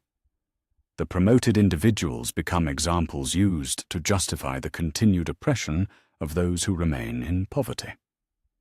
Tech Dominus Valex 77, still standing before the broadcasting device on the dead Forge world, processed the implications through his augmented consciousness. His own rise through the ranks of the Adeptus Mechanicus had seemed to validate the imperial promise that dedication to the Emperor's will would be rewarded with advancement and responsibility. Now he understood that his promotion had served not to recognize his abilities, but to create a visible symbol of possible advancement that would encourage continued submission from his former peers. The Administratum maintains classified reports on every imperial world that categorize citizens not as individuals, but as resource units, the broadcast continued, revealing the bureaucratic machinery that reduced human lives to statistical abstractions. Population reports classify citizens by labor output, reproductive potential, military utility, and disposal priority. These documents refer to human beings using the same terminology applied to manufactured goods and raw materials. On Terra itself, in the vast archives of the Adeptus Administratum, Senior Adept Vox Terminus had spent centuries processing the demographic reports that flowed from across the galaxy. The standardized forms that classified planetary populations had always struck him as efficient administrative tools designed to optimize resource allocation and maintain social stability. Now he recognized them as livestock management documents that treated human beings as breeding stock and expendable labor units. The legal protections that supposedly exist for imperial citizens contain systematic loopholes that render them meaningless in practice, the Veritas Vox revealed, exposing the hollow nature of imperial justice. The right to trial can be waived by any imperial authority for reasons of military necessity, social stability, or administrative efficiency. The right to property can be revoked through eminent domain, emergency requisition, or suspected heretical contamination. The right to life can be suspended for citizens classified as surplus population, security risks, or genetic undesirables. The revelation transformed every citizen's understanding of their place in the imperial hierarchy. The work permits that had seemed like protection revealed themselves as tracking devices that monitored population movement and labor assignment. The identification documents that had provided security became chains that bound citizens to their assigned roles and locations. The legal codes that had promised justice exposed themselves as instructions for the systematic oppression of the human species. Planetary governors maintain detailed casualty projections for their populations, calculating acceptable loss rates for various scenarios including famine, plague, industrial accidents, and social unrest, the broadcast declared, revealing the cold mathematics that determined who lived and who died across imperial space. These projections treat human death not as tragedy to be prevented, but as manageable statistical variation to be planned for and accommodated. Governor Haxvren found himself reviewing his own casualty projections, documents that had seemed like prudent disaster preparedness, but now revealed themselves as murder by mathematics. The acceptable loss rates for different demographic categories spelled out in bureaucratic language which lives had value and which could be sacrificed without consequence. Children below working age, 15% acceptable annual mortality. Adults past prime reproductive years, 25% acceptable annual mortality. Citizens classified as social undesirables, 40% acceptable annual mortality. The entire concept of imperial citizenship exists solely to maintain the illusion of participation in a social contract that doesn't exist, the Veritas Vox concluded, delivering the final blow to 10 millennia of political mythology. Citizens are not partners in imperial society, but victims of it. They possess no rights that cannot be revoked, no protections that cannot be waived, and no value beyond their utility to the state apparatus. The difference between an imperial citizen and a slave is purely semantic. The broadcast paused, allowing the galaxy to process the magnitude of what it had learned. Every person who had ever taken pride in their imperial citizenship, every family that had trusted in imperial protection, every community that had believed in imperial justice, now understood that they had been deluding themselves. They were not citizens of a great empire, but prisoners in a galactic concentration camp, maintained in the illusion of freedom to prevent the despair that would come with recognizing their true status. Yet perhaps the most terrible aspect of this revelation was its logical consistency with everything else the Veritas Vox had revealed. If the Emperor was a tortured corpse, if psychers were industrial fuel, if servitors were lobotomized slaves, if soldiers were disposable ammunition, if entire worlds could be destroyed on a whim, then of course citizenship would be meaningless. In a system designed to consume human life on an industrial scale, legal rights and protections would only interfere with efficient resource exploitation. The galaxy had learned that it was not home to citizens, but cattle.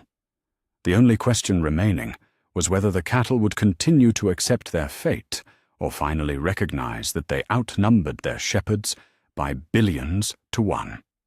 The Veritas Vox resumed its transmission, preparing to reveal the mechanisms by which this system of total oppression had been maintained and hidden from its victims for 10,000 years. The lies were being stripped away layer by layer, and each new truth made the previous horrors seem almost merciful by comparison. Freedom, it seemed, had been the cruelest lie of all. For how could the enslaved be free if they never knew they were enslaved? The answer to that question would reshape the galaxy forever.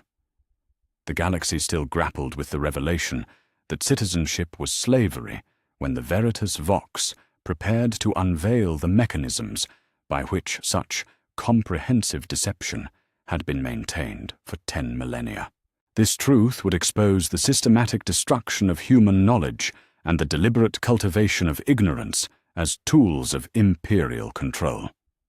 The Imperium has spent 10,000 years conducting the most comprehensive campaign of intellectual genocide in human history, the ancient voice declared, each word cutting through the void like a blade through the fabric of accepted reality. The dark age of technology, which your ancestors remember as humanity's golden era, was not lost through accident or alien invasion. It was deliberately destroyed by imperial forces to prevent citizens from understanding what they had been denied. On the library world of Ophelia Quintus, Chief Librarian Matthias Koenig stood frozen among the vast archives that had been his life's work for 60 years. The sanctified data vaults around him contained what the Imperium claimed were the most complete records of human history available anywhere in the galaxy. Yet now he began to understand that these archives were not repositories of knowledge, but monuments to its systematic destruction. Every text had been edited, every historical account sanitized, every technological manual stripped of its most crucial information. The standard template construct databases that could have provided every imperial world with technological marvels beyond imagination were not lost to warp storms or Xenos raiders, the broadcast continued with mechanical precision. They were located, catalogued, and systematically destroyed by the early Imperium to prevent populations from achieving technological independence. Citizens who possessed the ability to create advanced technologies without imperial oversight represented threats to central authority that had to be eliminated. The revelation struck the Forge worlds with particular devastation. On Mars, Fabricator General Aud 953 accessed restricted archives that he had never been authorized to review, following authentication codes that the Veritas Vox somehow provided. The documents revealed detailed inventories of Dark Age technological artifacts discovered during the Great Crusade, complete with our imperial orders for their destruction. Plasma generators capable of powering entire hive cities without pollution. Medical devices that could cure diseases and extend human lifespan indefinitely. Transportation systems that could move populations between star systems without relying on warp travel. All of it had been found, catalogued, and deliberately destroyed. The historical records maintained by the Adeptus Administratum have been systematically altered to remove evidence of imperial failures and atrocities, the Veritas Vox revealed, exposing the machinery of historical revision that had rewritten the past. The age of apostasy has been edited to minimize the scope of ecclesiarchal corruption. The War of the Beast has been revised to hide the Imperium's near-total collapse.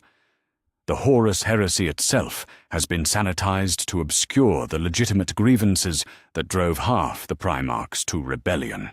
Chief Archivist Valdez Prime of Terra's Hall of Records felt his augmetic hearts stutter as classified editorial directives scrolled across his data screens. Document after document showed the systematic revision of historical accounts, with entire chapters of human experience deleted or rewritten to support imperial propaganda.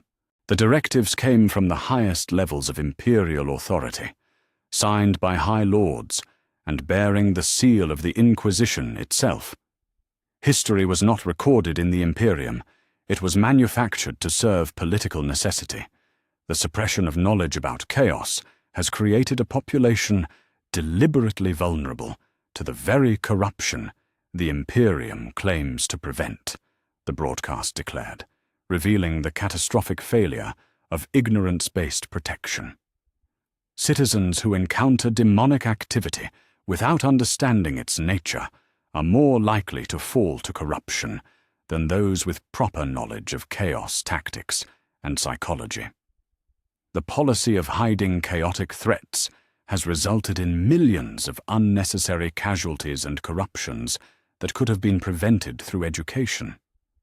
Tech Dominus Valek 77, still maintaining his vigil before the broadcasting device on Xerion Prime, processed the implications through his augmented consciousness. The Omnissiah's teachings included extensive warnings about the dangers of forbidden knowledge, yet now he understood that these prohibitions had been crafted not to protect human souls, but to maintain imperial control. The citizens who had fallen to chaos corruption during the recent Black Crusades might have resisted if they had been taught to recognize the signs of demonic influence, instead of being kept in ignorance of its very existence. The book burnings that occur regularly across imperial worlds are not spontaneous expressions of religious fervor, but coordinated campaigns directed by the Adeptus Ministorum, the Veritas Vox continued, exposing the industrial scale of intellectual destruction. Literary works, scientific treatises, philosophical texts, and historical chronicles are identified by roving censorship teams and marked for destruction. The criteria for condemnation include any content that might encourage independent thinking, challenge imperial authority, or suggest alternatives to current social organization. On the Skolum world of Byzantis Theta, where the children of the wealthy received the closest thing to comprehensive education available in the Imperium, Headmaster Augustus Vaughan reviewed his library's acquisitions records with growing horror. Every book, every data slate, every educational program had been approved by Ministorum censors before being allowed into the Skolum. The approval process removed not just obviously heretical content, but any material that might teach students to question authority or think independently. History lessons that mentioned pre-imperial human governments, scientific texts that suggested technological alternatives to imperial standards, literature that portrayed individual rebellion against unjust authority in positive terms. All of it had been systematically eliminated from imperial education. The truth about pre-imperial human civilizations has been hidden to prevent citizens from understanding that alternative forms of government are possible, the broadcast revealed, striking at one of the foundation myths of imperial society. Humanity did not require the emperor's guidance to achieve greatness. The Dark Age of technology represented the pinnacle of human achievement precisely because it was accomplished without centralized imperial control. The knowledge that humans once governed themselves through democratic federations, constitutional republics, and cooperative councils has been systematically suppressed because it proves that imperial authoritarianism is not necessary for human survival. The revelation reached scholars across the galaxy, individuals who had spent their lives studying the fragments of human history that imperial censors had allowed to survive. On the research station orbiting Ultramar, Histrator Maximus Cato had dedicated 4 decades to reconstructing the timeline of human expansion across the galaxy. His work had always been hampered by gaps in the historical record, periods where entire centuries seemed to have been erased from official chronicles. Now he understood that these gaps were not accidental losses, but deliberate excisions designed to hide evidence of successful, non-imperial human societies.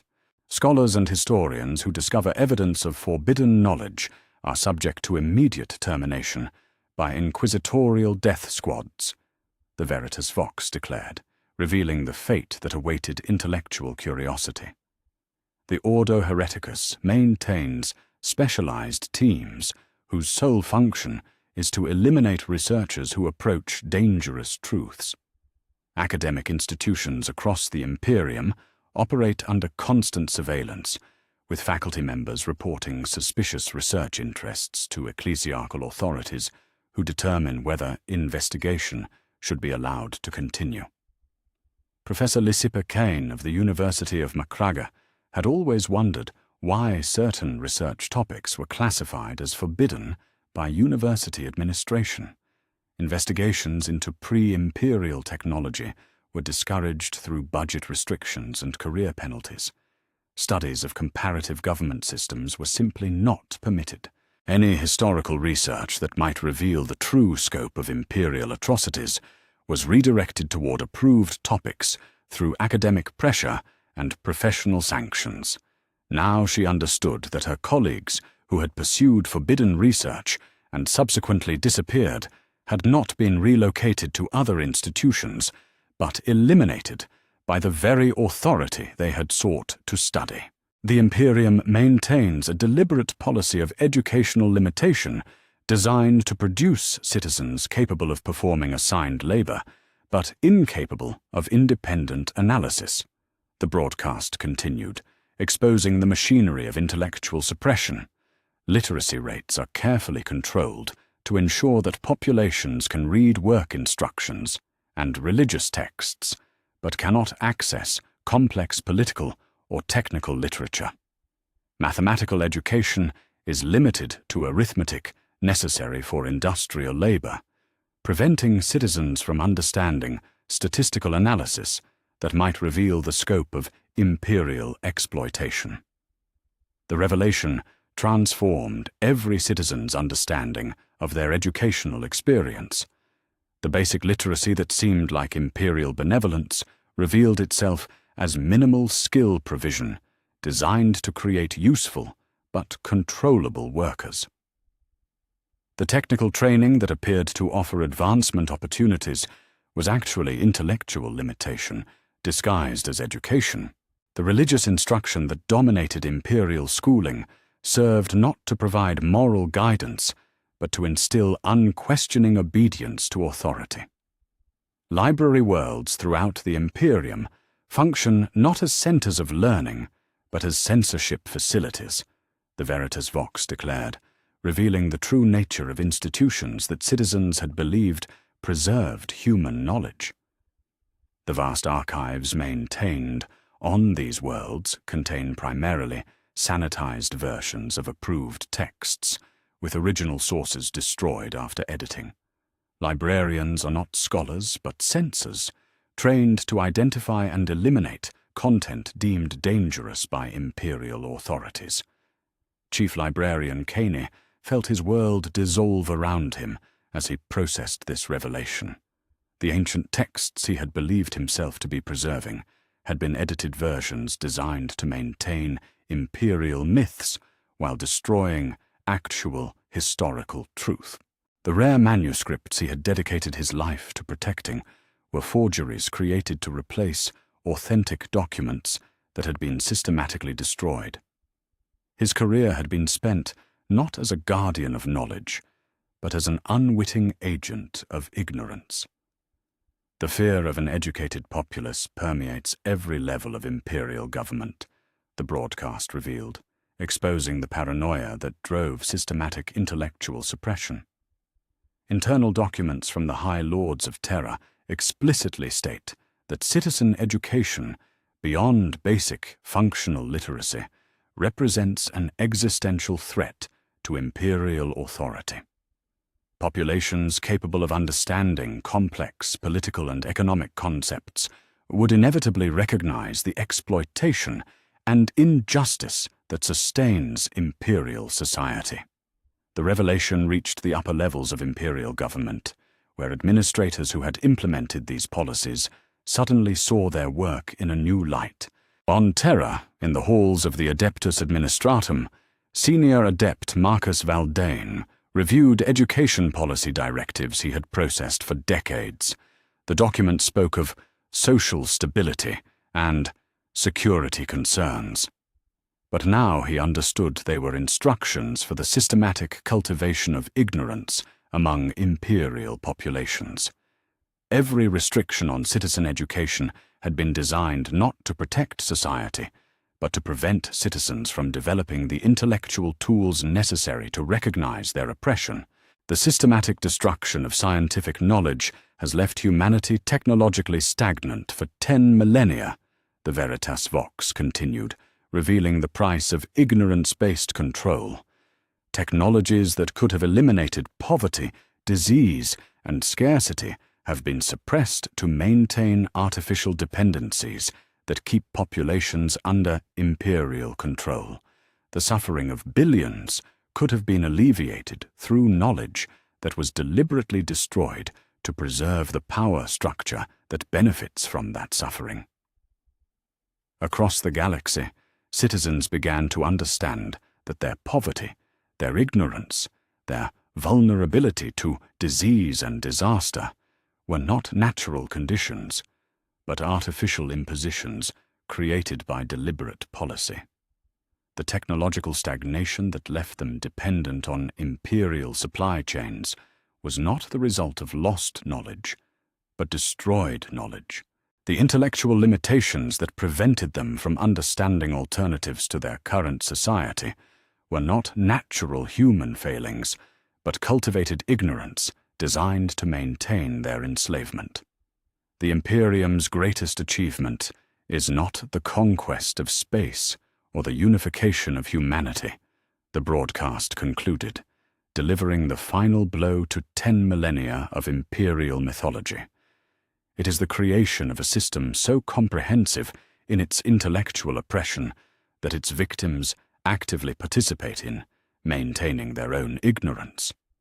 Citizens have been taught to fear knowledge, to distrust independent thinking, and to celebrate the destruction of their own intellectual heritage.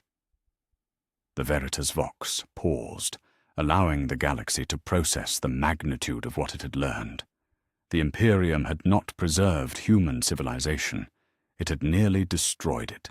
The knowledge that could have made every world a paradise had been systematically eliminated to maintain the authority of those who benefited from universal suffering.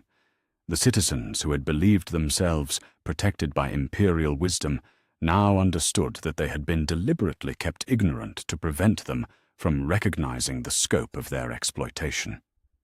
Yet perhaps the most terrible aspect of this revelation was its effectiveness.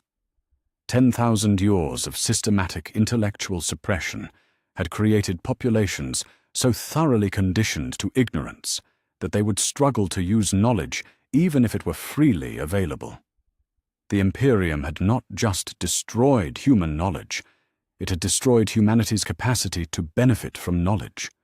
The greatest prison was the one built inside the mind, and the Imperium had built that prison so thoroughly that its victims had forgotten they were imprisoned at all. The broadcast resumed, preparing to reveal truths that would make even the horror of systematic ignorance seem merciful by comparison. Knowledge, it seemed, was not the only thing the Imperium had destroyed in its quest for absolute control. The galaxy still reeled from learning that its ignorance was cultivated by design when the Veritas Vox prepared to deliver perhaps its most devastating revelation yet. This truth would expose the ultimate hypocrisy of the imperial system, that the very corruption it claimed to fight had already consumed the institutions sworn to oppose it. The chaos corruption that the Imperium claims to guard against has penetrated every level of imperial government, the ancient voice declared, each word striking like lightning through the fabric of institutional trust. The enemy is not at the gates. The enemy sits in the throne rooms, commands the fleets, and wears the very uniforms sworn to oppose it. The war against chaos was lost millennia ago, not through military defeat, but through systemic infiltration that the Imperium's leadership actively conceals. On Terra, in the Senatorum Imperialis, where the High Lords maintained their eternal vigil over humanity's fate, Lord Commander Militant Ecclesiarch Deasis VII felt his world crumble as classified intelligence reports began scrolling across screens that should have been impossible to access.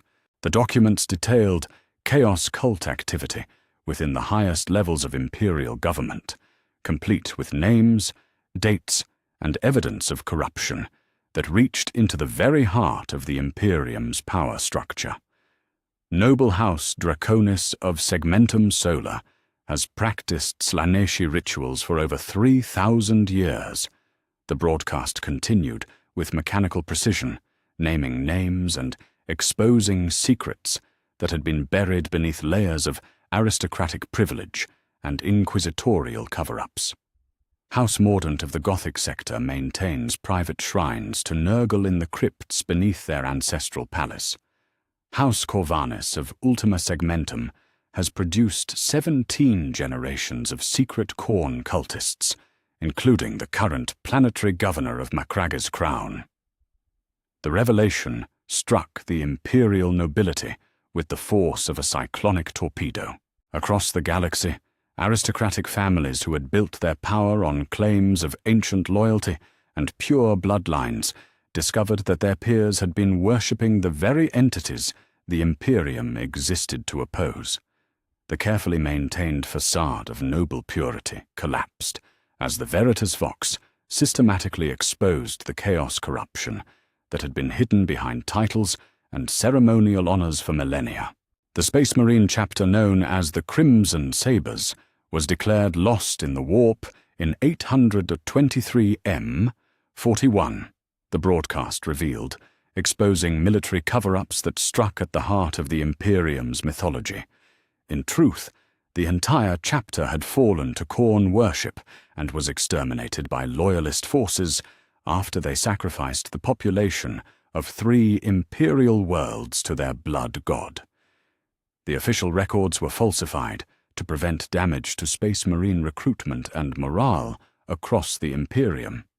Chapter Master Dante of the Blood Angels stood in his sanctum aboard the battle barge Red Tear as the transmission revealed the fates of chapters that had supposedly vanished into the warp or been lost to alien predation. The Angels Vermilion, declared destroyed by Tyrannid Hive Fleet Kraken, had actually been corrupted by a Keeper of Secrets and eliminated by Grey Knight strike forces. The Steel Cobras, officially lost during the Badab War, had embraced Tzinch and been atomized by their own battle brothers when their corruption was discovered. Chapter after chapter, the heroic disappearances that had inspired legends and recruitment propaganda revealed themselves as cover-ups for the most shameful failures imaginable. The Alpha Legion's infiltration of Imperial High Command has been ongoing for 10 millennia, the Veritas Vox declared, revealing the scope of strategic corruption that made every Imperial victory suspect. Alpha Legion operatives currently hold positions within the Adeptus Administratum, the Imperial Navy, the Astra Militarum Officer Corps, and the Inquisition itself. Key military campaigns have been compromised from their inception, with supposed Imperial victories serving Alpha Legion objectives that remain hidden even from the participating forces. Admiral Spire of Battlefleet Gothic felt his command authority evaporate as he processed the implications. The Macarian Crusade, the Sabbat Worlds campaign, the Damocles Gulf Crusade, all had been influenced or directed by Alpha Legion infiltrators operating within the Imperial command structure. Strategic decisions that had seemed like brilliant Imperial tactics revealed themselves as subtle manipulation designed to serve Chaos objectives while maintaining the illusion of Imperial success. The Inquisition's own members have fallen to Chaos corruption at rates far exceeding the general population, the broadcast continued, destroying the myth of inquisitorial incorruptibility. Lord Inquisitor Hector Rex of the Ordo Malleus has been a secret servant of Tzinch for over 2 centuries. Inquisitor Helena Valeria of the Ordo Hereticus practices Slaaneshi blood rituals in the basement of her orbital fortress. The very individuals tasked with identifying and eliminating Chaos corruption have become its most effective agents. Tech Dominus Valak 77, maintaining his vigil before the broadcasting device on Zirion Prime, felt his logic circuit strain as he processed the systematic nature of the revealed corruption.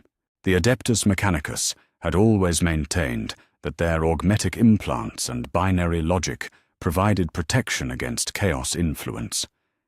Yet the broadcast was revealing that Forge Masters, Tech Priests, and even Fabricator Generals had fallen to corruption while maintaining their positions and authority.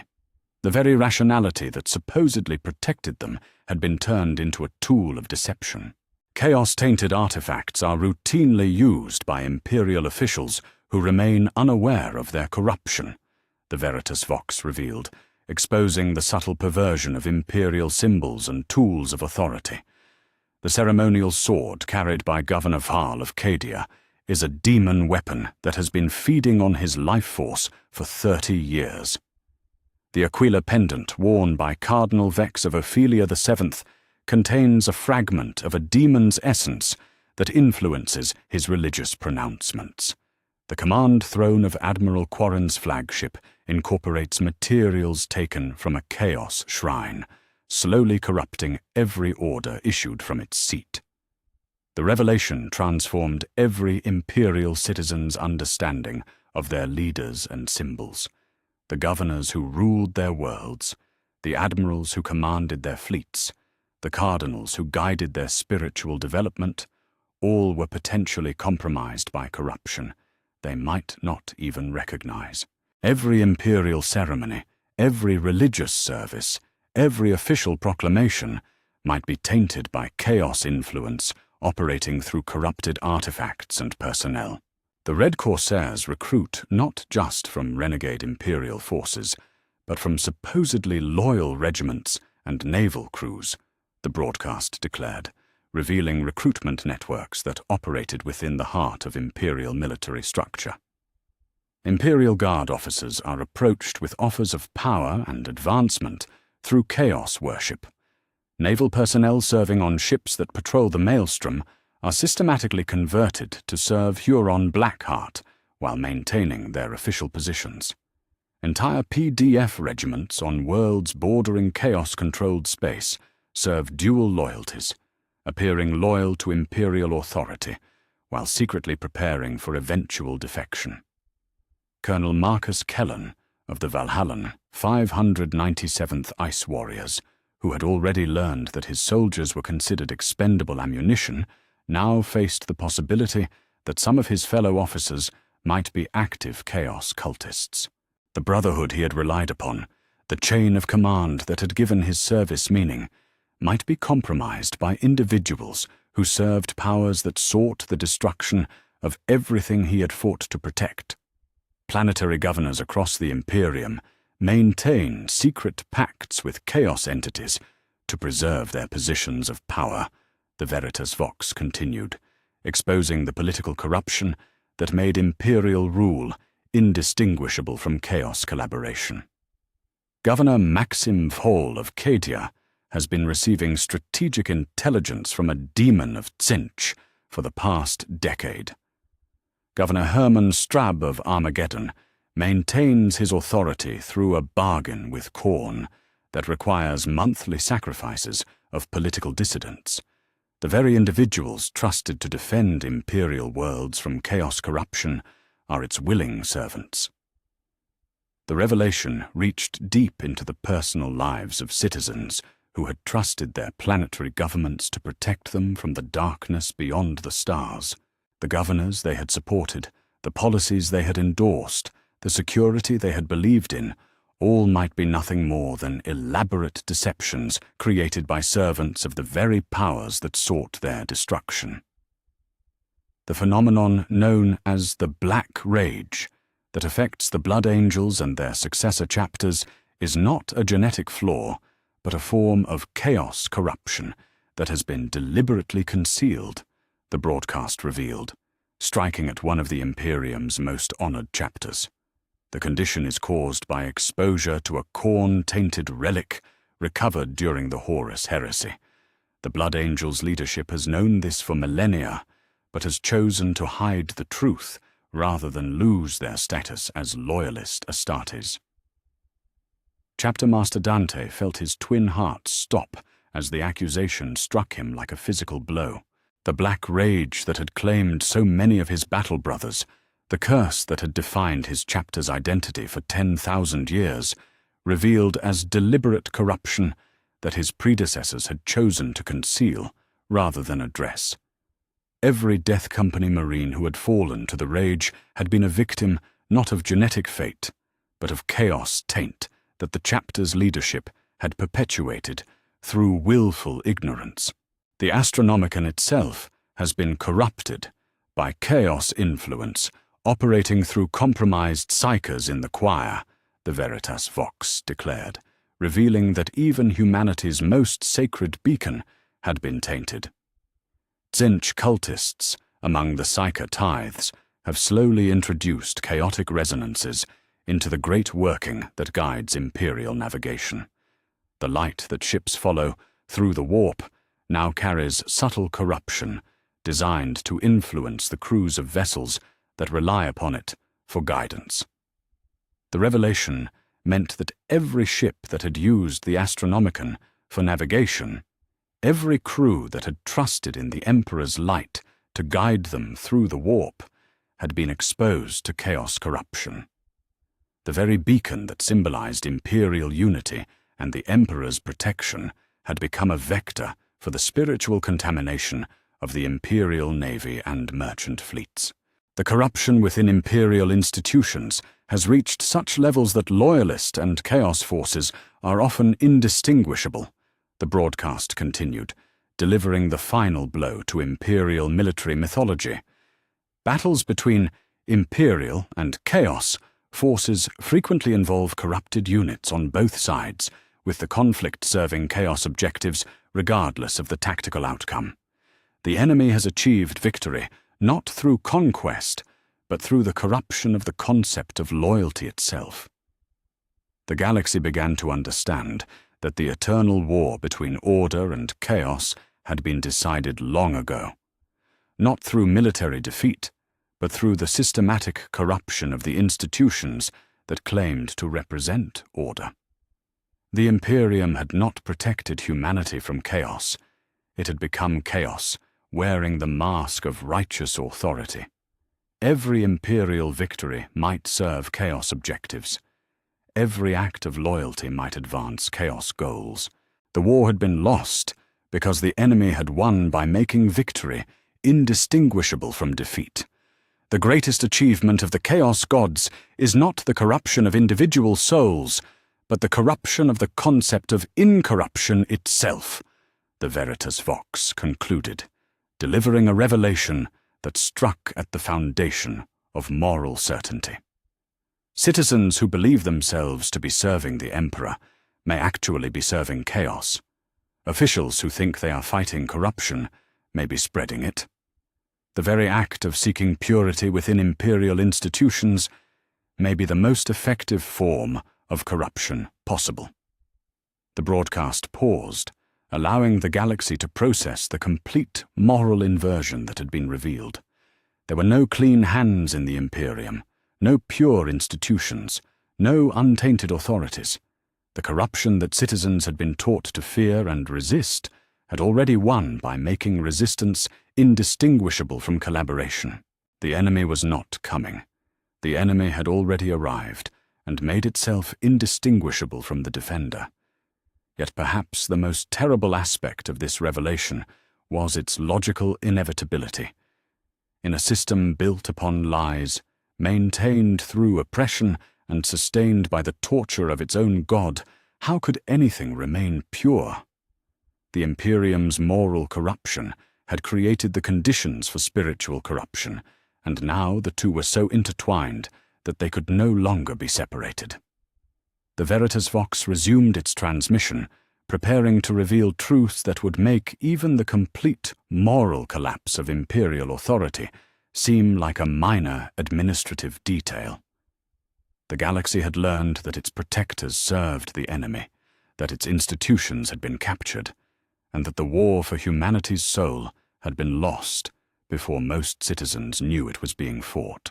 The only question remaining was whether there was anyone left who had not been corrupted, and whether such a person could survive the revelation of what the Imperium had truly become. The answer would reshape the galaxy forever.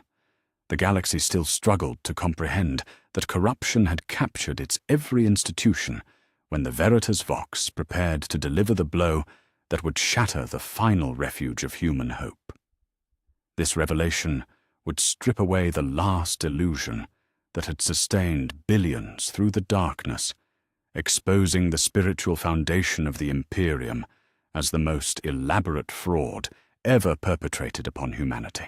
The Ecclesiarchy, which claims to be the guardian of humanity's soul, is the most corrupt institution in the Imperium, the ancient voice declared, each word falling like a cathedral bell, tolling for the death of faith itself. The cardinals who preach sacrifice live in luxury that would shame the nobles of the dark age of technology.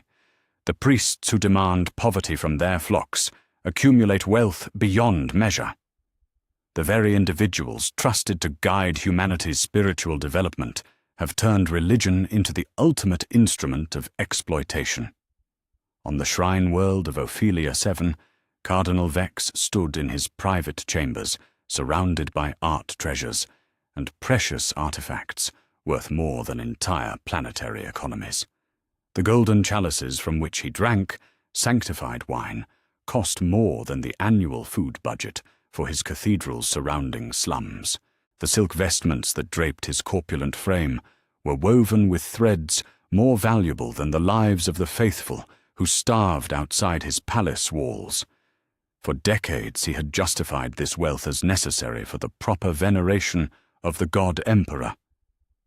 Now he began to understand that it was simply theft sanctified by religious authority. Living saints, those miraculous figures that inspire faith across the galaxy, are not divine manifestations, but warp entities masquerading as holy beings, the Veritas Vox continued, striking at the heart of imperial spirituality. Saint Celestine herself, is a greater demon of the warp, bound by ancient rituals to maintain the illusion of imperial divinity.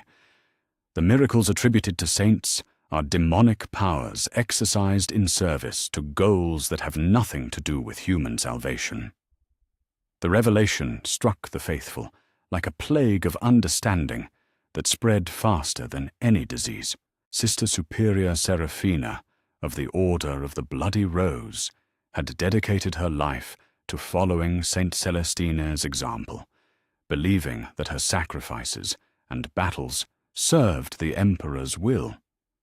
The visions she had experienced during meditation, the supernatural strength that had carried her through impossible battles, the divine inspiration that had guided her tactical decisions, all revealed themselves as demonic influence operating through corrupted religious symbols. The wealth accumulated by the ecclesiarchy could feed every starving citizen in the Imperium for centuries, the broadcast declared, exposing the mathematical obscenity of religious inequality. Cathedral ships maintain treasuries that exceed the gross domestic product of entire sectors. Cardinal palaces consume resources that could support millions of families. The tithes collected in the Emperor's name are not used for humanitarian purposes, but to fund lifestyles of decadence that would shock even the most debauched noble houses. Tec Dominus Valek 77, still maintaining his vigil before the broadcasting device on Zirian Prime, processed the economic data streaming through the transmission with growing horror. His augmetic consciousness calculated the wealth redistribution statistics with mechanical precision. The ecclesiarchy's accumulated resources, if distributed among the imperial population, could eliminate poverty, hunger, and disease across entire subsectors. Instead, these resources funded private armies, personal luxuries, and architectural monuments to religious vanity. The miracles that maintain faith among the population are elaborate theatre productions staged by the ecclesiarchy, using advanced technology disguised as divine intervention, the Veritas Vox revealed, exposing the machinery of false hope.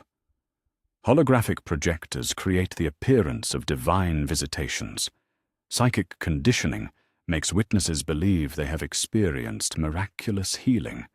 Carefully orchestrated coincidences are presented as divine providence. The faithful are not experiencing genuine spiritual phenomena, but elaborate deceptions designed to maintain religious compliance. On the pilgrimage world of Savlar, where millions of citizens had traveled across the galaxy to witness the annual miracle of the Golden Light, Pilgrim Master Hadricus reviewed the technical specifications hidden in the cathedral's deepest vaults. The golden radiance that appeared above the shrine each year, inspiring renewed faith in thousands of witnesses, was generated by archaeotech projectors concealed within the cathedral's spires.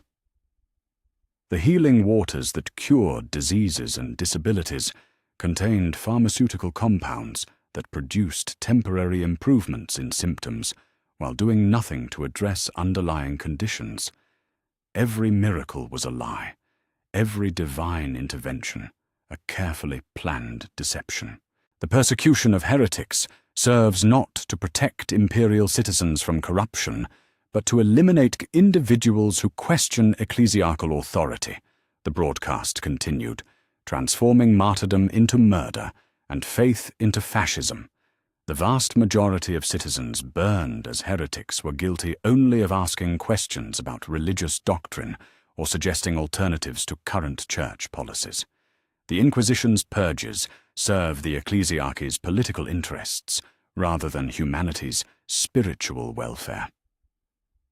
Cardinal Vex remembered the heretic burnings he had overseen throughout his career, the hundreds of men and women who had been condemned to death for crimes against faith. The charges had seemed reasonable at the time, questioning the divinity of the emperor, suggesting that local church policies caused unnecessary suffering, proposing theological interpretations that differed from orthodox doctrine. Now he understood that these individuals had been murdered not for threatening humanity's spiritual welfare, but for threatening the ecclesiarchy's political control. The age of apostasy, during which the ecclesiarchy nearly destroyed the Imperium through its excesses, has been systematically deleted from official religious history, the Veritas Vox declared, exposing the cover-up of institutional failure. Sebastian Thor's revolution, which saved the Imperium from ecclesiarchal tyranny, is mentioned only in passing in current religious texts. The true scope of Van Dyer's atrocities, the millions who died under ecclesiarchal rule, the near collapse of imperial civilization under religious authoritarianism, all have been hidden to prevent citizens from understanding the dangers of unchecked religious power. The revelation reached religious scholars across the galaxy, individuals who had spent their lives studying sanitized versions of imperial history that concealed the Church's greatest failures. On the cardinal world of Hydrafor, lexicographer Mordius had dedicated 40 years to chronicling the glorious history of the ecclesiarchy, following official sources that portrayed religious authority as humanity's salvation. Now he began to access archived documents that revealed the systematic murder, oppression, and mismanagement that had characterized religious rule throughout imperial history.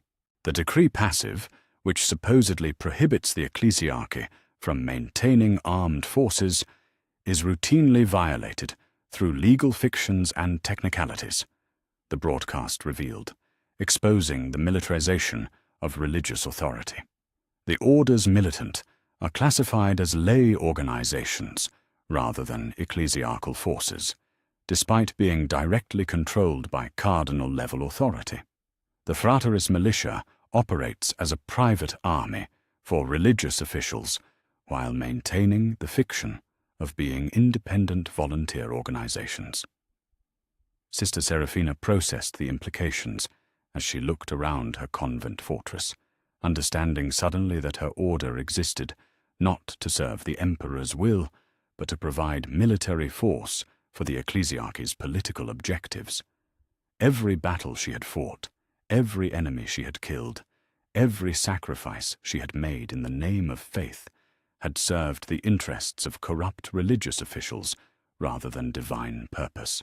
The doctrine of emperor worship itself contradicts the emperor's explicitly stated beliefs during his active lifetime, the Veritas Vox continued, revealing the fundamental theological fraud that underpinned imperial religion. The being you worship as a god explicitly rejected divinity and condemned religious worship as superstition that weakened human potential. The imperial cult exists in direct opposition to the emperor's documented teachings and philosophical positions. The revelation struck at the foundation of imperial spirituality with devastating force. Every prayer offered to the god emperor, every act of religious devotion, every moment of faith-based comfort had been offered to a being who would have condemned such worship as exactly the kind of primitive thinking he had sought to eliminate from human civilization. The relics venerated in imperial shrines are fraudulent artifacts manufactured to provide focal points for religious manipulation, the broadcast declared, destroying the sacred symbols that had sustained faith for millennia. The bones of saints are animal remains treated with chemical preservatives to create the appearance of supernatural preservation. The weapons of holy champions are standard imperial equipment, modified with decorative elements to suggest divine origin. The miraculous artifacts that form the centerpieces of religious ceremonies are mass-produced forgeries created in ecclesiarchal workshops. On shrine worlds across the galaxy, pilgrims who had traveled for years to venerate holy relics discovered that their objects of worship were nothing more than elaborate counterfeits. The fingerbone of St. Sabbat, which had inspired faith in millions of believers, was actually the treated remains of a common farm animal. The blessed sword of St. Macarius was a standard power weapon modified with gold plating and decorative inscriptions. Every sacred object was a lie, every holy relic a fraud designed to extract tithes and maintain religious control. The theological justifications for imperial suffering are deliberately crafted to prevent citizens from seeking practical solutions to preventable problems, the Veritas Vox revealed, exposing religion as a tool of political control rather than spiritual guidance. Poverty is portrayed as spiritually purifying rather than economically imposed. Disease is described as divine testing rather than the result of inadequate medical resources. Social inequality is presented as the emperor's plan rather than the result of deliberate policy decisions. The revelation transformed every sermon, every religious text, every moment of spiritual instruction into political propaganda designed to maintain acceptance of artificial suffering.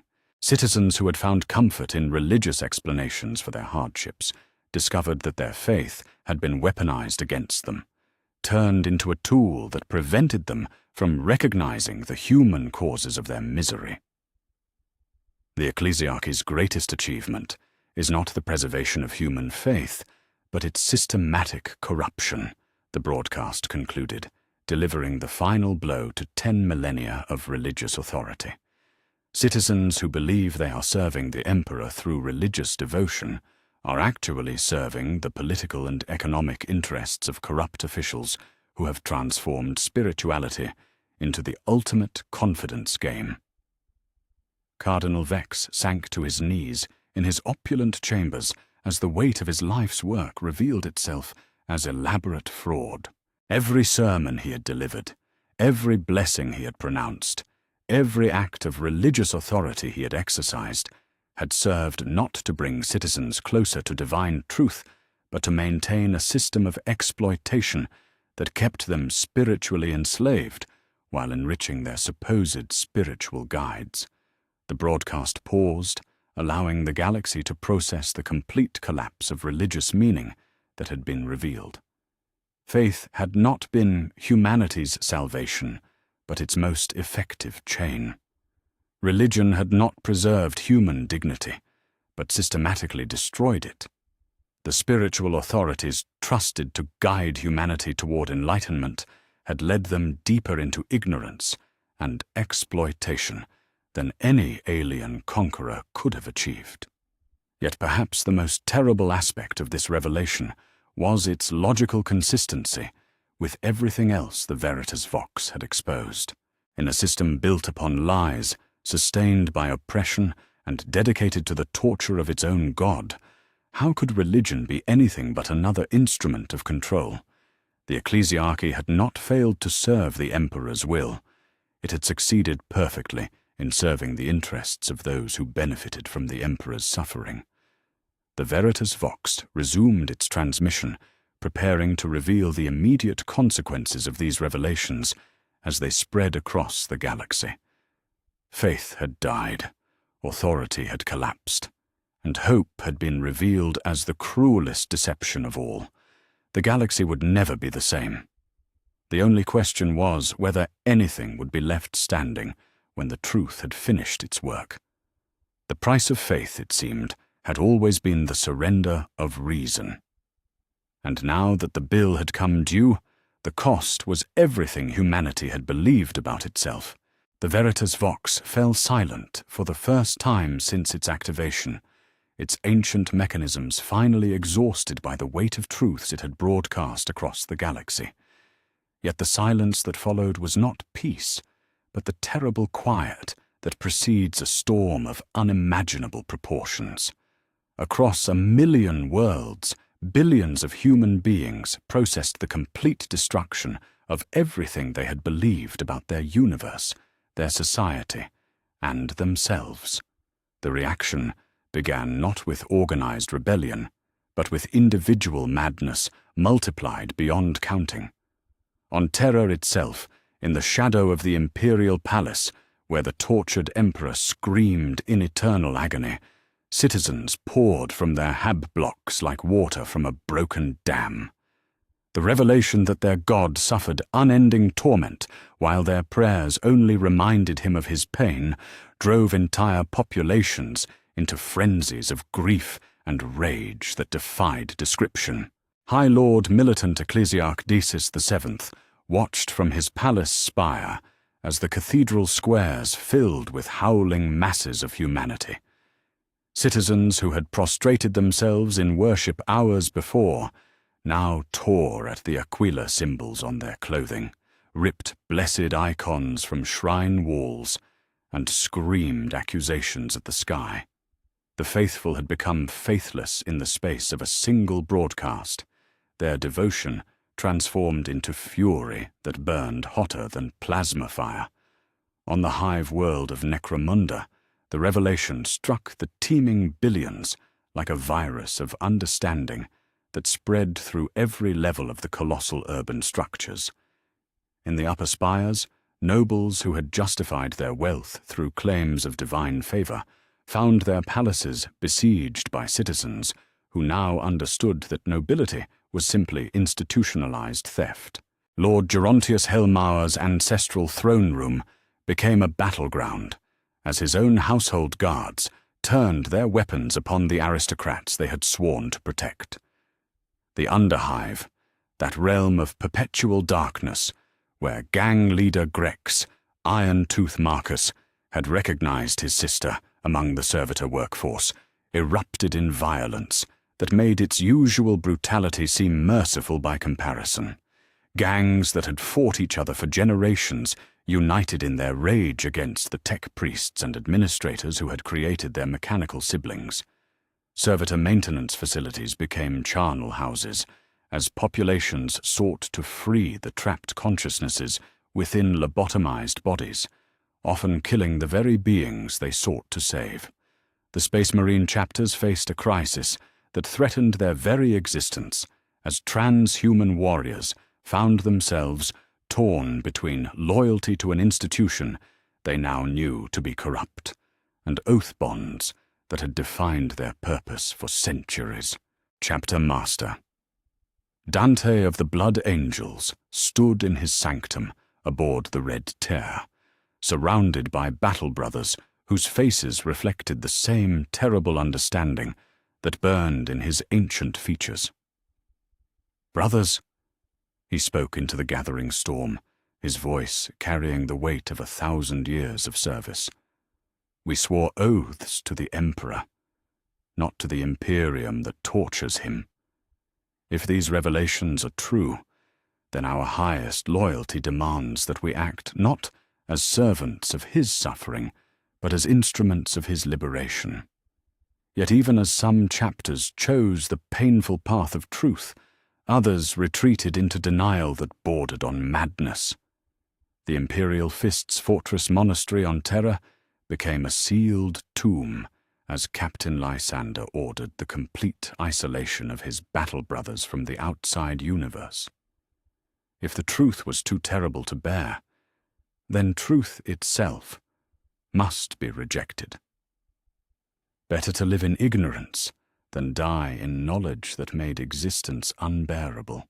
On the shrine world of Ophelia 7, where Cardinal Vex had maintained his palace of stolen wealth while citizens starved, the collapse of faith manifested as something approaching a religious plague.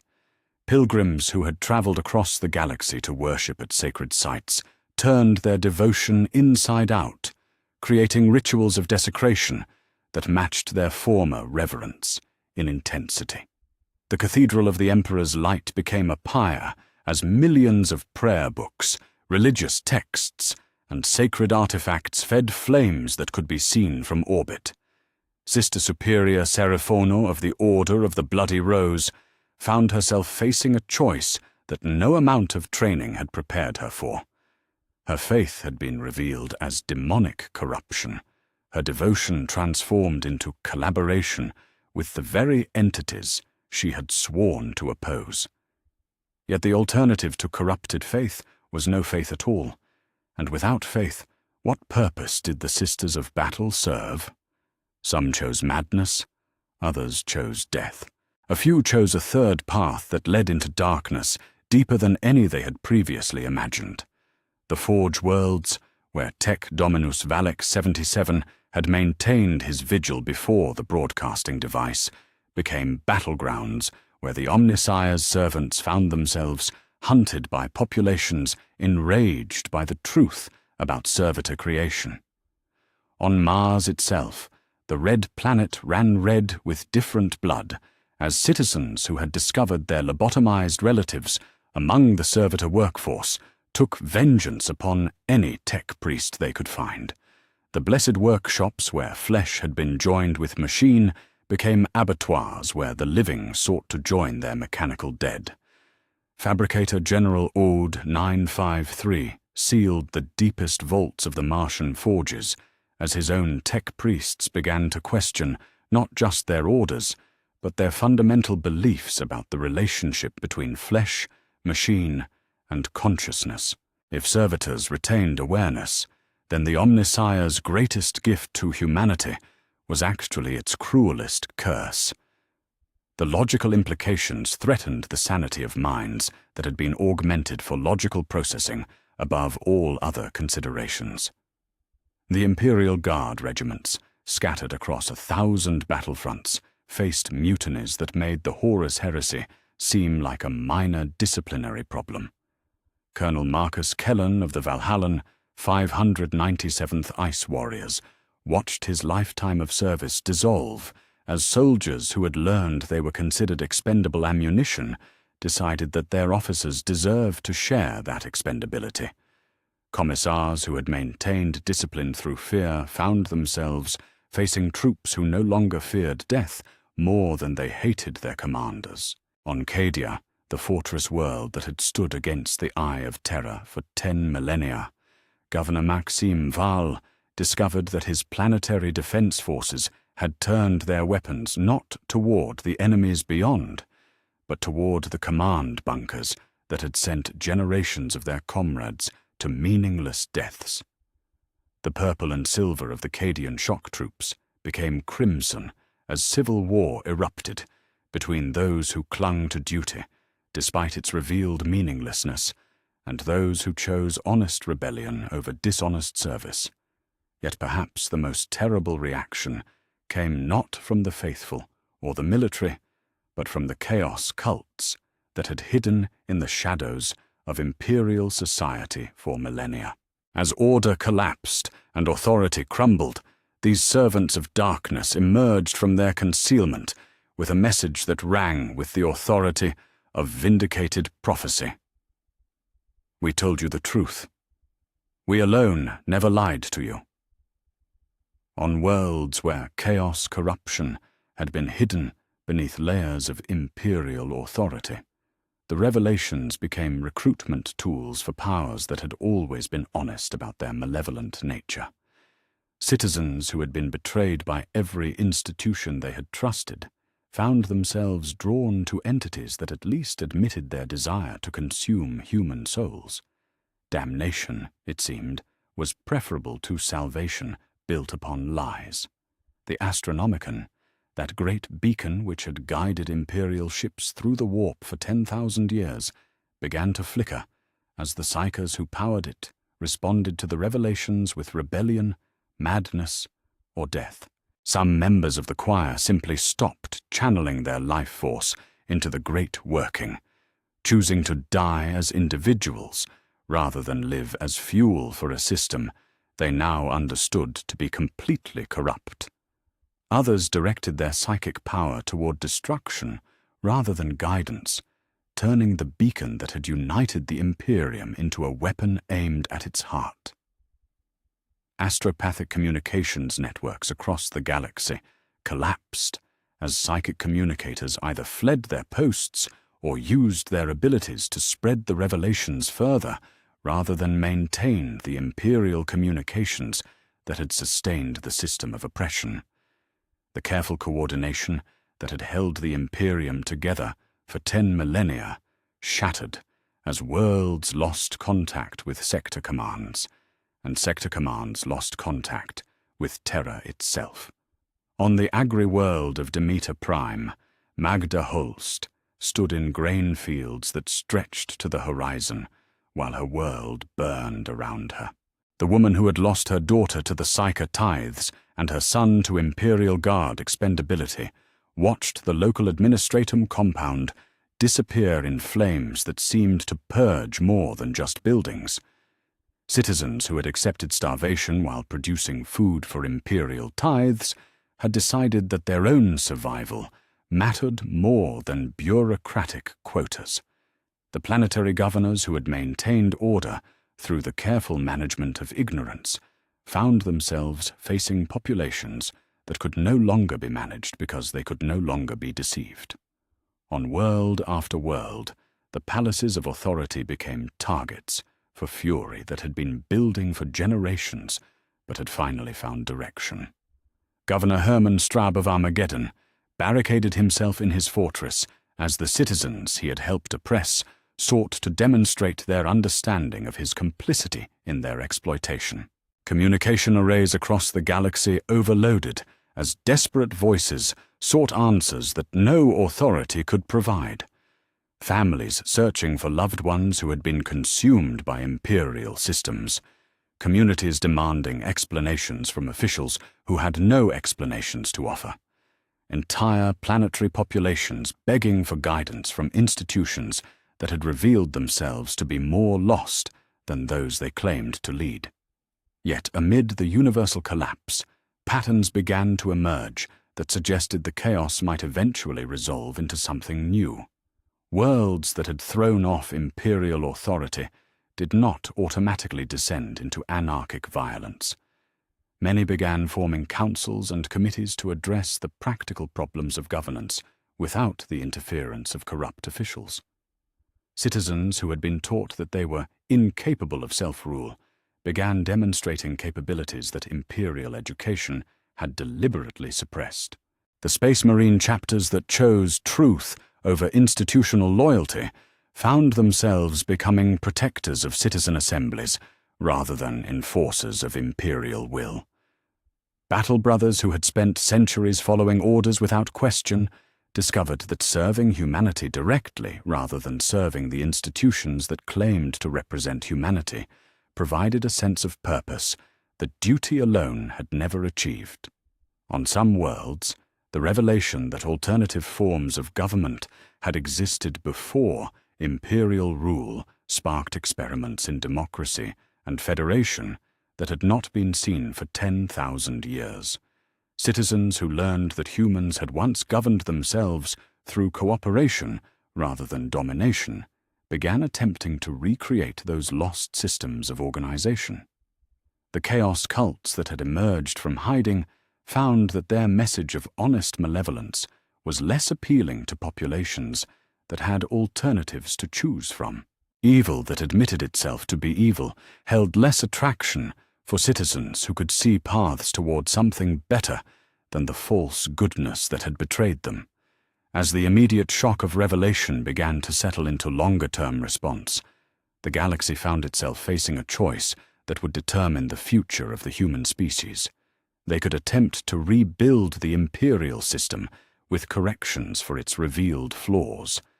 They could embrace the chaos that had at least been honest about its nature. Or they could try to create something entirely new, built upon the foundation of truth rather than the edifice of lies that had sustained 10 millennia of oppression. The Veritas Vox had completed its work. The truth had been told, the lies had been exposed, and the choice now belonged to humanity itself. Yet as worlds burned, and populations chose between competing visions of their future, one question remained unanswered: whether a species that had been systematically prevented from learning how to govern itself could successfully choose its own destiny. The galaxy burned, but from the ashes of the old order, something new was beginning to take shape. Whether that something would be better or worse than what had come before remained to be seen. The only certainty was that the age of lies was ending, and the age of consequences had begun. The Emperor's dream of human unity had died, but perhaps humanity's dream of human freedom was finally being born. 1 year had passed since the Veritas Vox fell silent on the dead forge world of Xerion Prime, yet the echoes of its revelations continued to reshape the galaxy in ways that no prophet could have foreseen. The Imperium that had endured for 10 millennia was no more, its unity shattered not by alien invasion or chaos incursion, but by the simple, terrible power of truth spoken to those who had never been allowed to hear it. The map of human space bore little resemblance to the neat administrative divisions that had once governed 1 million worlds under single authority. Where the segmentum solar had once extended imperial law across thousands of systems, now dozens of independent federations maintained uneasy borders with reformed imperial remnants and autonomous world states that had chosen isolation over integration. On Terra itself, the Golden Throne continued its eternal function, yet the being who suffered upon it grew weaker with each passing day. The willing sacrifice of psychers had dwindled to a trickle as populations who understood the true cost of the Emperor's preservation struggled with the moral implications of feeding their tortured god. Tech Dominus Valek 77, now bearing the title of Fabricator General of the Reformed Mechanicus, maintained vigil in the throne room alongside custodians whose loyalty had evolved from blind obedience to conscious choice. "He grows weaker," Valek 77 reported to the emergency session of what remained of the High Lords of Terra. "The psychic barriers that contain his essence falter. We estimate perhaps a decade remains before total cascade failure becomes inevitable." Yet even this approaching catastrophe failed to unite humanity as it once might have. Some factions advocated for increasing the psyker tithes through force, returning to the old system regardless of its moral cost. Others proposed allowing the Emperor's natural death, accepting the destruction of Terra as the price of ending his torment. Still others sought technological alternatives that might preserve his essence without requiring constant sacrifice. The species that had once marched in lockstep toward common goals now struggled to agree on fundamental questions of survival and morality.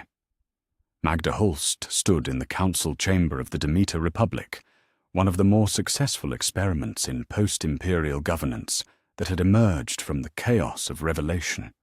The agri-world that had once starved while feeding the Imperium now produced food security for 17 neighboring systems through cooperative trade agreements that would have been impossible under imperial authority.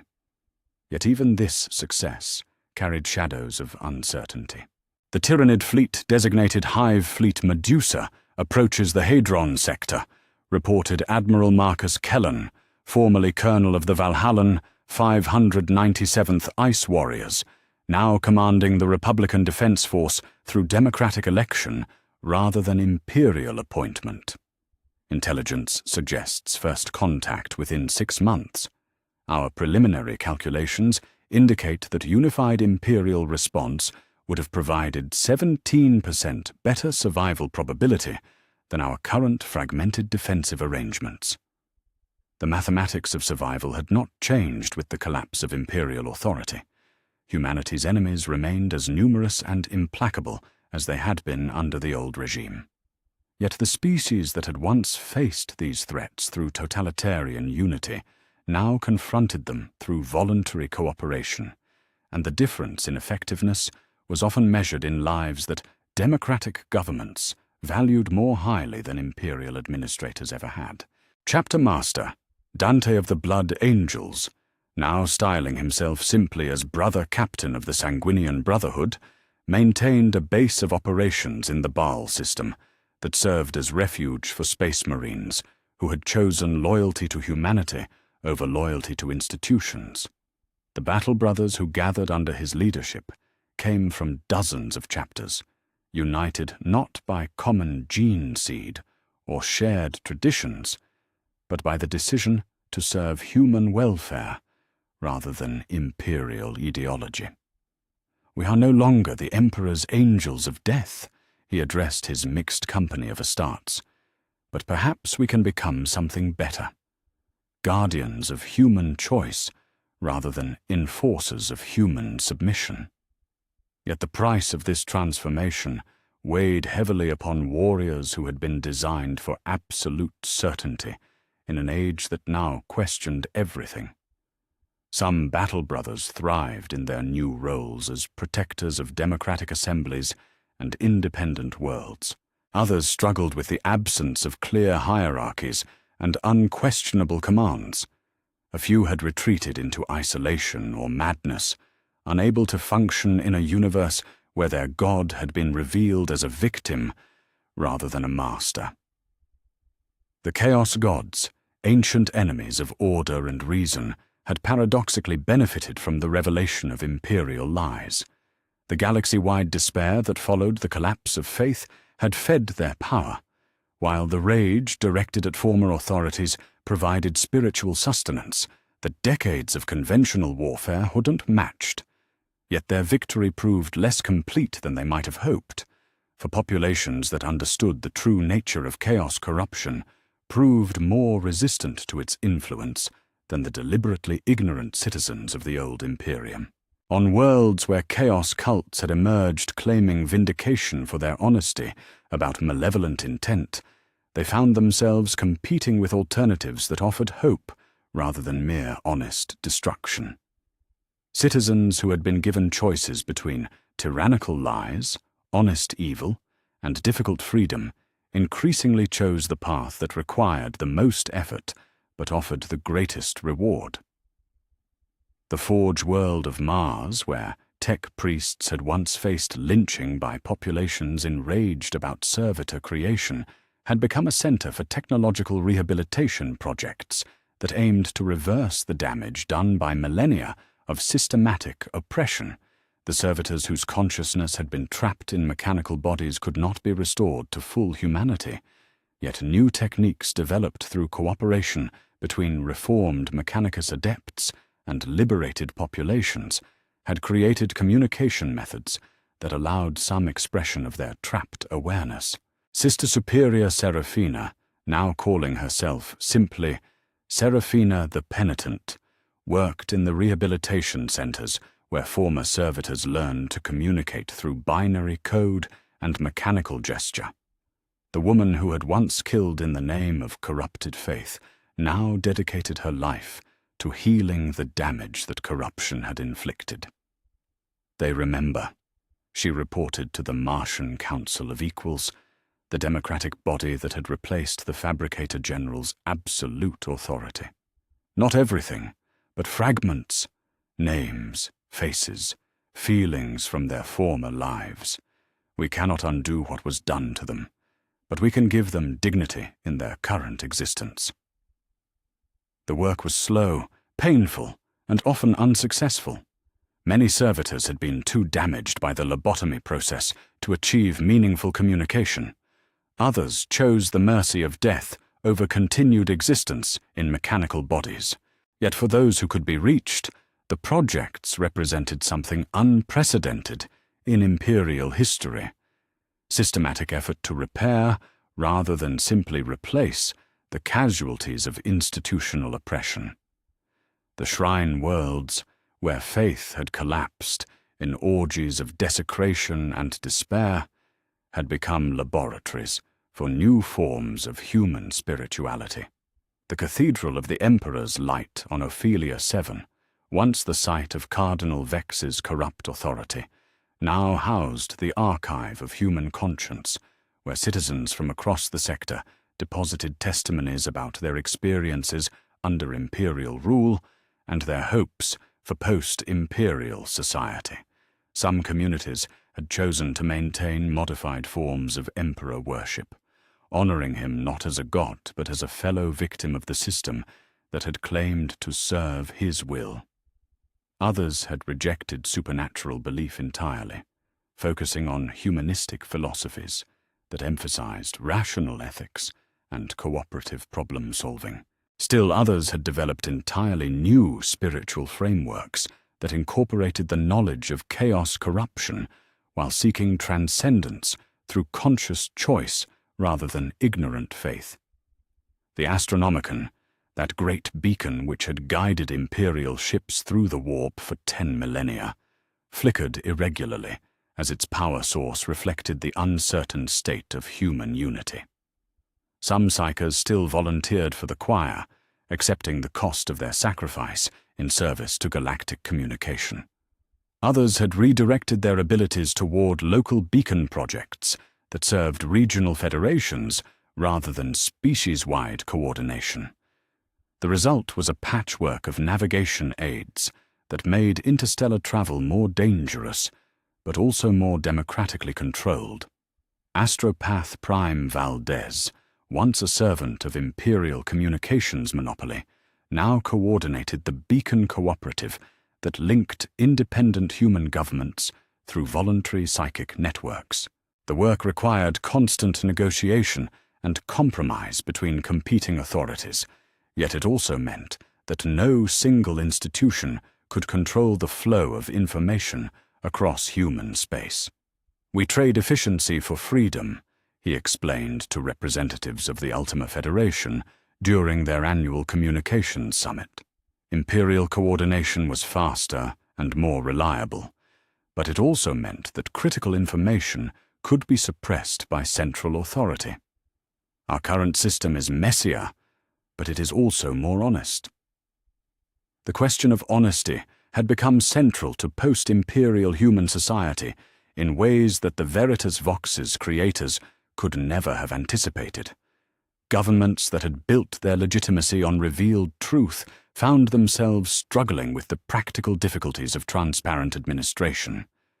Citizens who demanded complete information about official decisions sometimes discovered that knowledge carried responsibilities they were unprepared to bear. The Demeter Republic faced a crisis that illustrated these challenges when surveys revealed evidence of genestealer infiltration in 3 agricultural settlements. Under Imperial rule, such discoveries would have triggered immediate exterminatus or population sterilization without public knowledge or consultation. The Republican government chose instead to inform its citizens of the threat and seek democratic guidance on response options. The resulting debates consumed months while the infestation spread. Some citizens demanded immediate military action, regardless of civilian casualties. Others proposed evacuation and quarantine procedures that might save lives, but would certainly allow some cultists to escape. Still others questioned whether the evidence was sufficient to justify any extreme measures at all. "Democracy requires time," Magda Holst observed as she watched the debates unfold in the Republican Assembly. "Time to deliberate, time to consider alternatives, time to build consensus. Yet some threats do not allow us the luxury of time. The Imperium's solutions were evil, but they were also fast." The settlement of the crisis, when it finally came, satisfied no one completely, yet represented something unprecedented in human governance. A response to existential threat that had been chosen by those who would bear its consequences rather than imposed by authorities who would remain safely distant from its effects. As the first anniversary of the Veritas Vox transmission approached, scholars and philosophers across human space attempted to assess the balance sheet of revelation. The costs were undeniable: millions dead in the initial chaos, technological regression in many sectors, increased vulnerability to external threats, and the persistent uncertainty that came with governing through choice rather than command. Yet the benefits proved equally real: the elimination of systematic oppression, the development of more ethical technologies, the emergence of cooperative solutions to problems that had been addressed through exploitation, and perhaps most importantly, the restoration of human agency to populations that had been reduced to managed livestock for 10 millennia. Tech Dominus Valek 77, in his final report before the Golden Throne's anticipated failure, attempted to quantify the transformation. Humanity has traded security for freedom, efficiency for ethics, and unity for authenticity. Whether this exchange serves our species' long-term survival remains unclear. What is certain is that we face our uncertain future as conscious agents of our own destiny, rather than unconscious victims of others' plans. The Emperor's condition continued to deteriorate as willing psycho-sacrifice declined and mechanical failures accumulated in the Golden Throne's ancient systems. Some human governments prepared for his death by developing alternative communication networks and warp navigation systems. Others stockpiled resources for the inevitable warp storms that would follow Terra's destruction. Still others simply continued their daily work of building better societies and accepted that the future would bring challenges they could not anticipate. In the grain fields of Demeter Prime, where the revelations had first struck a grieving mother who had lost her children to imperial consumption, Magda Holst walked among crops that would feed free citizens rather than enslaved populations. The woman who had learned that her daughter had been murdered to sustain a tortured god and her son had been expended as ammunition in meaningless wars now helped govern a world where such sacrifices were impossible, because the citizens who would bear their cost were the ones who decided whether to pay it. Was it worth it? Asked her granddaughter, a child born into freedom who would never know the particular slavery that had defined her grandmother's generation. All the death and chaos and uncertainty? Was learning the truth worth what it cost? Magda considered the question as she had countless times over the past year. Around her stretched fields that had once fed an empire built on lies, and now fed a republic founded on truth. The harvest was smaller than imperial efficiency would have provided, yet it belonged to those who had grown it rather than those who had stolen it. I cannot answer for the galaxy, she said finally, but for us, for our world, for our children who will never be tithed away to feed someone else's power, yes, truth was worth its price, even if the price was everything we thought we knew about ourselves. The conversation ended, as such conversations often did in the post-imperial age, with uncertainty acknowledged rather than denied, with questions left open rather than artificially resolved, and with the understanding that wisdom lay not in possessing final answers, but in retaining the courage to keep asking difficult questions. As night fell over Demeter Prime, the sky blazed with stars that had once been connected by imperial authority and were now linked by voluntary cooperation. The light was dimmer, the connections more fragile, yet they belonged to those who had chosen to maintain them rather than those who had been compelled to serve them. In the distance, the flickering glow of the Astronomicon provided uncertain guidance to ships that traveled by choice rather than command. The beacon that had once symbolized absolute imperial unity now represented the tentative hope of species that had chosen freedom over security and truth over comfort. Whether that choice would prove wise in the long term remained unknown. The galaxy was vast, its dangers unchanged, and humanity was smaller and more divided than it had been for 10,000 years. Yet for the first time in millennia, the future belonged to those who would live in it rather than those who would profit from their ignorance. The age of lies had ended. The age of truth had begun. And in the end, perhaps that was enough.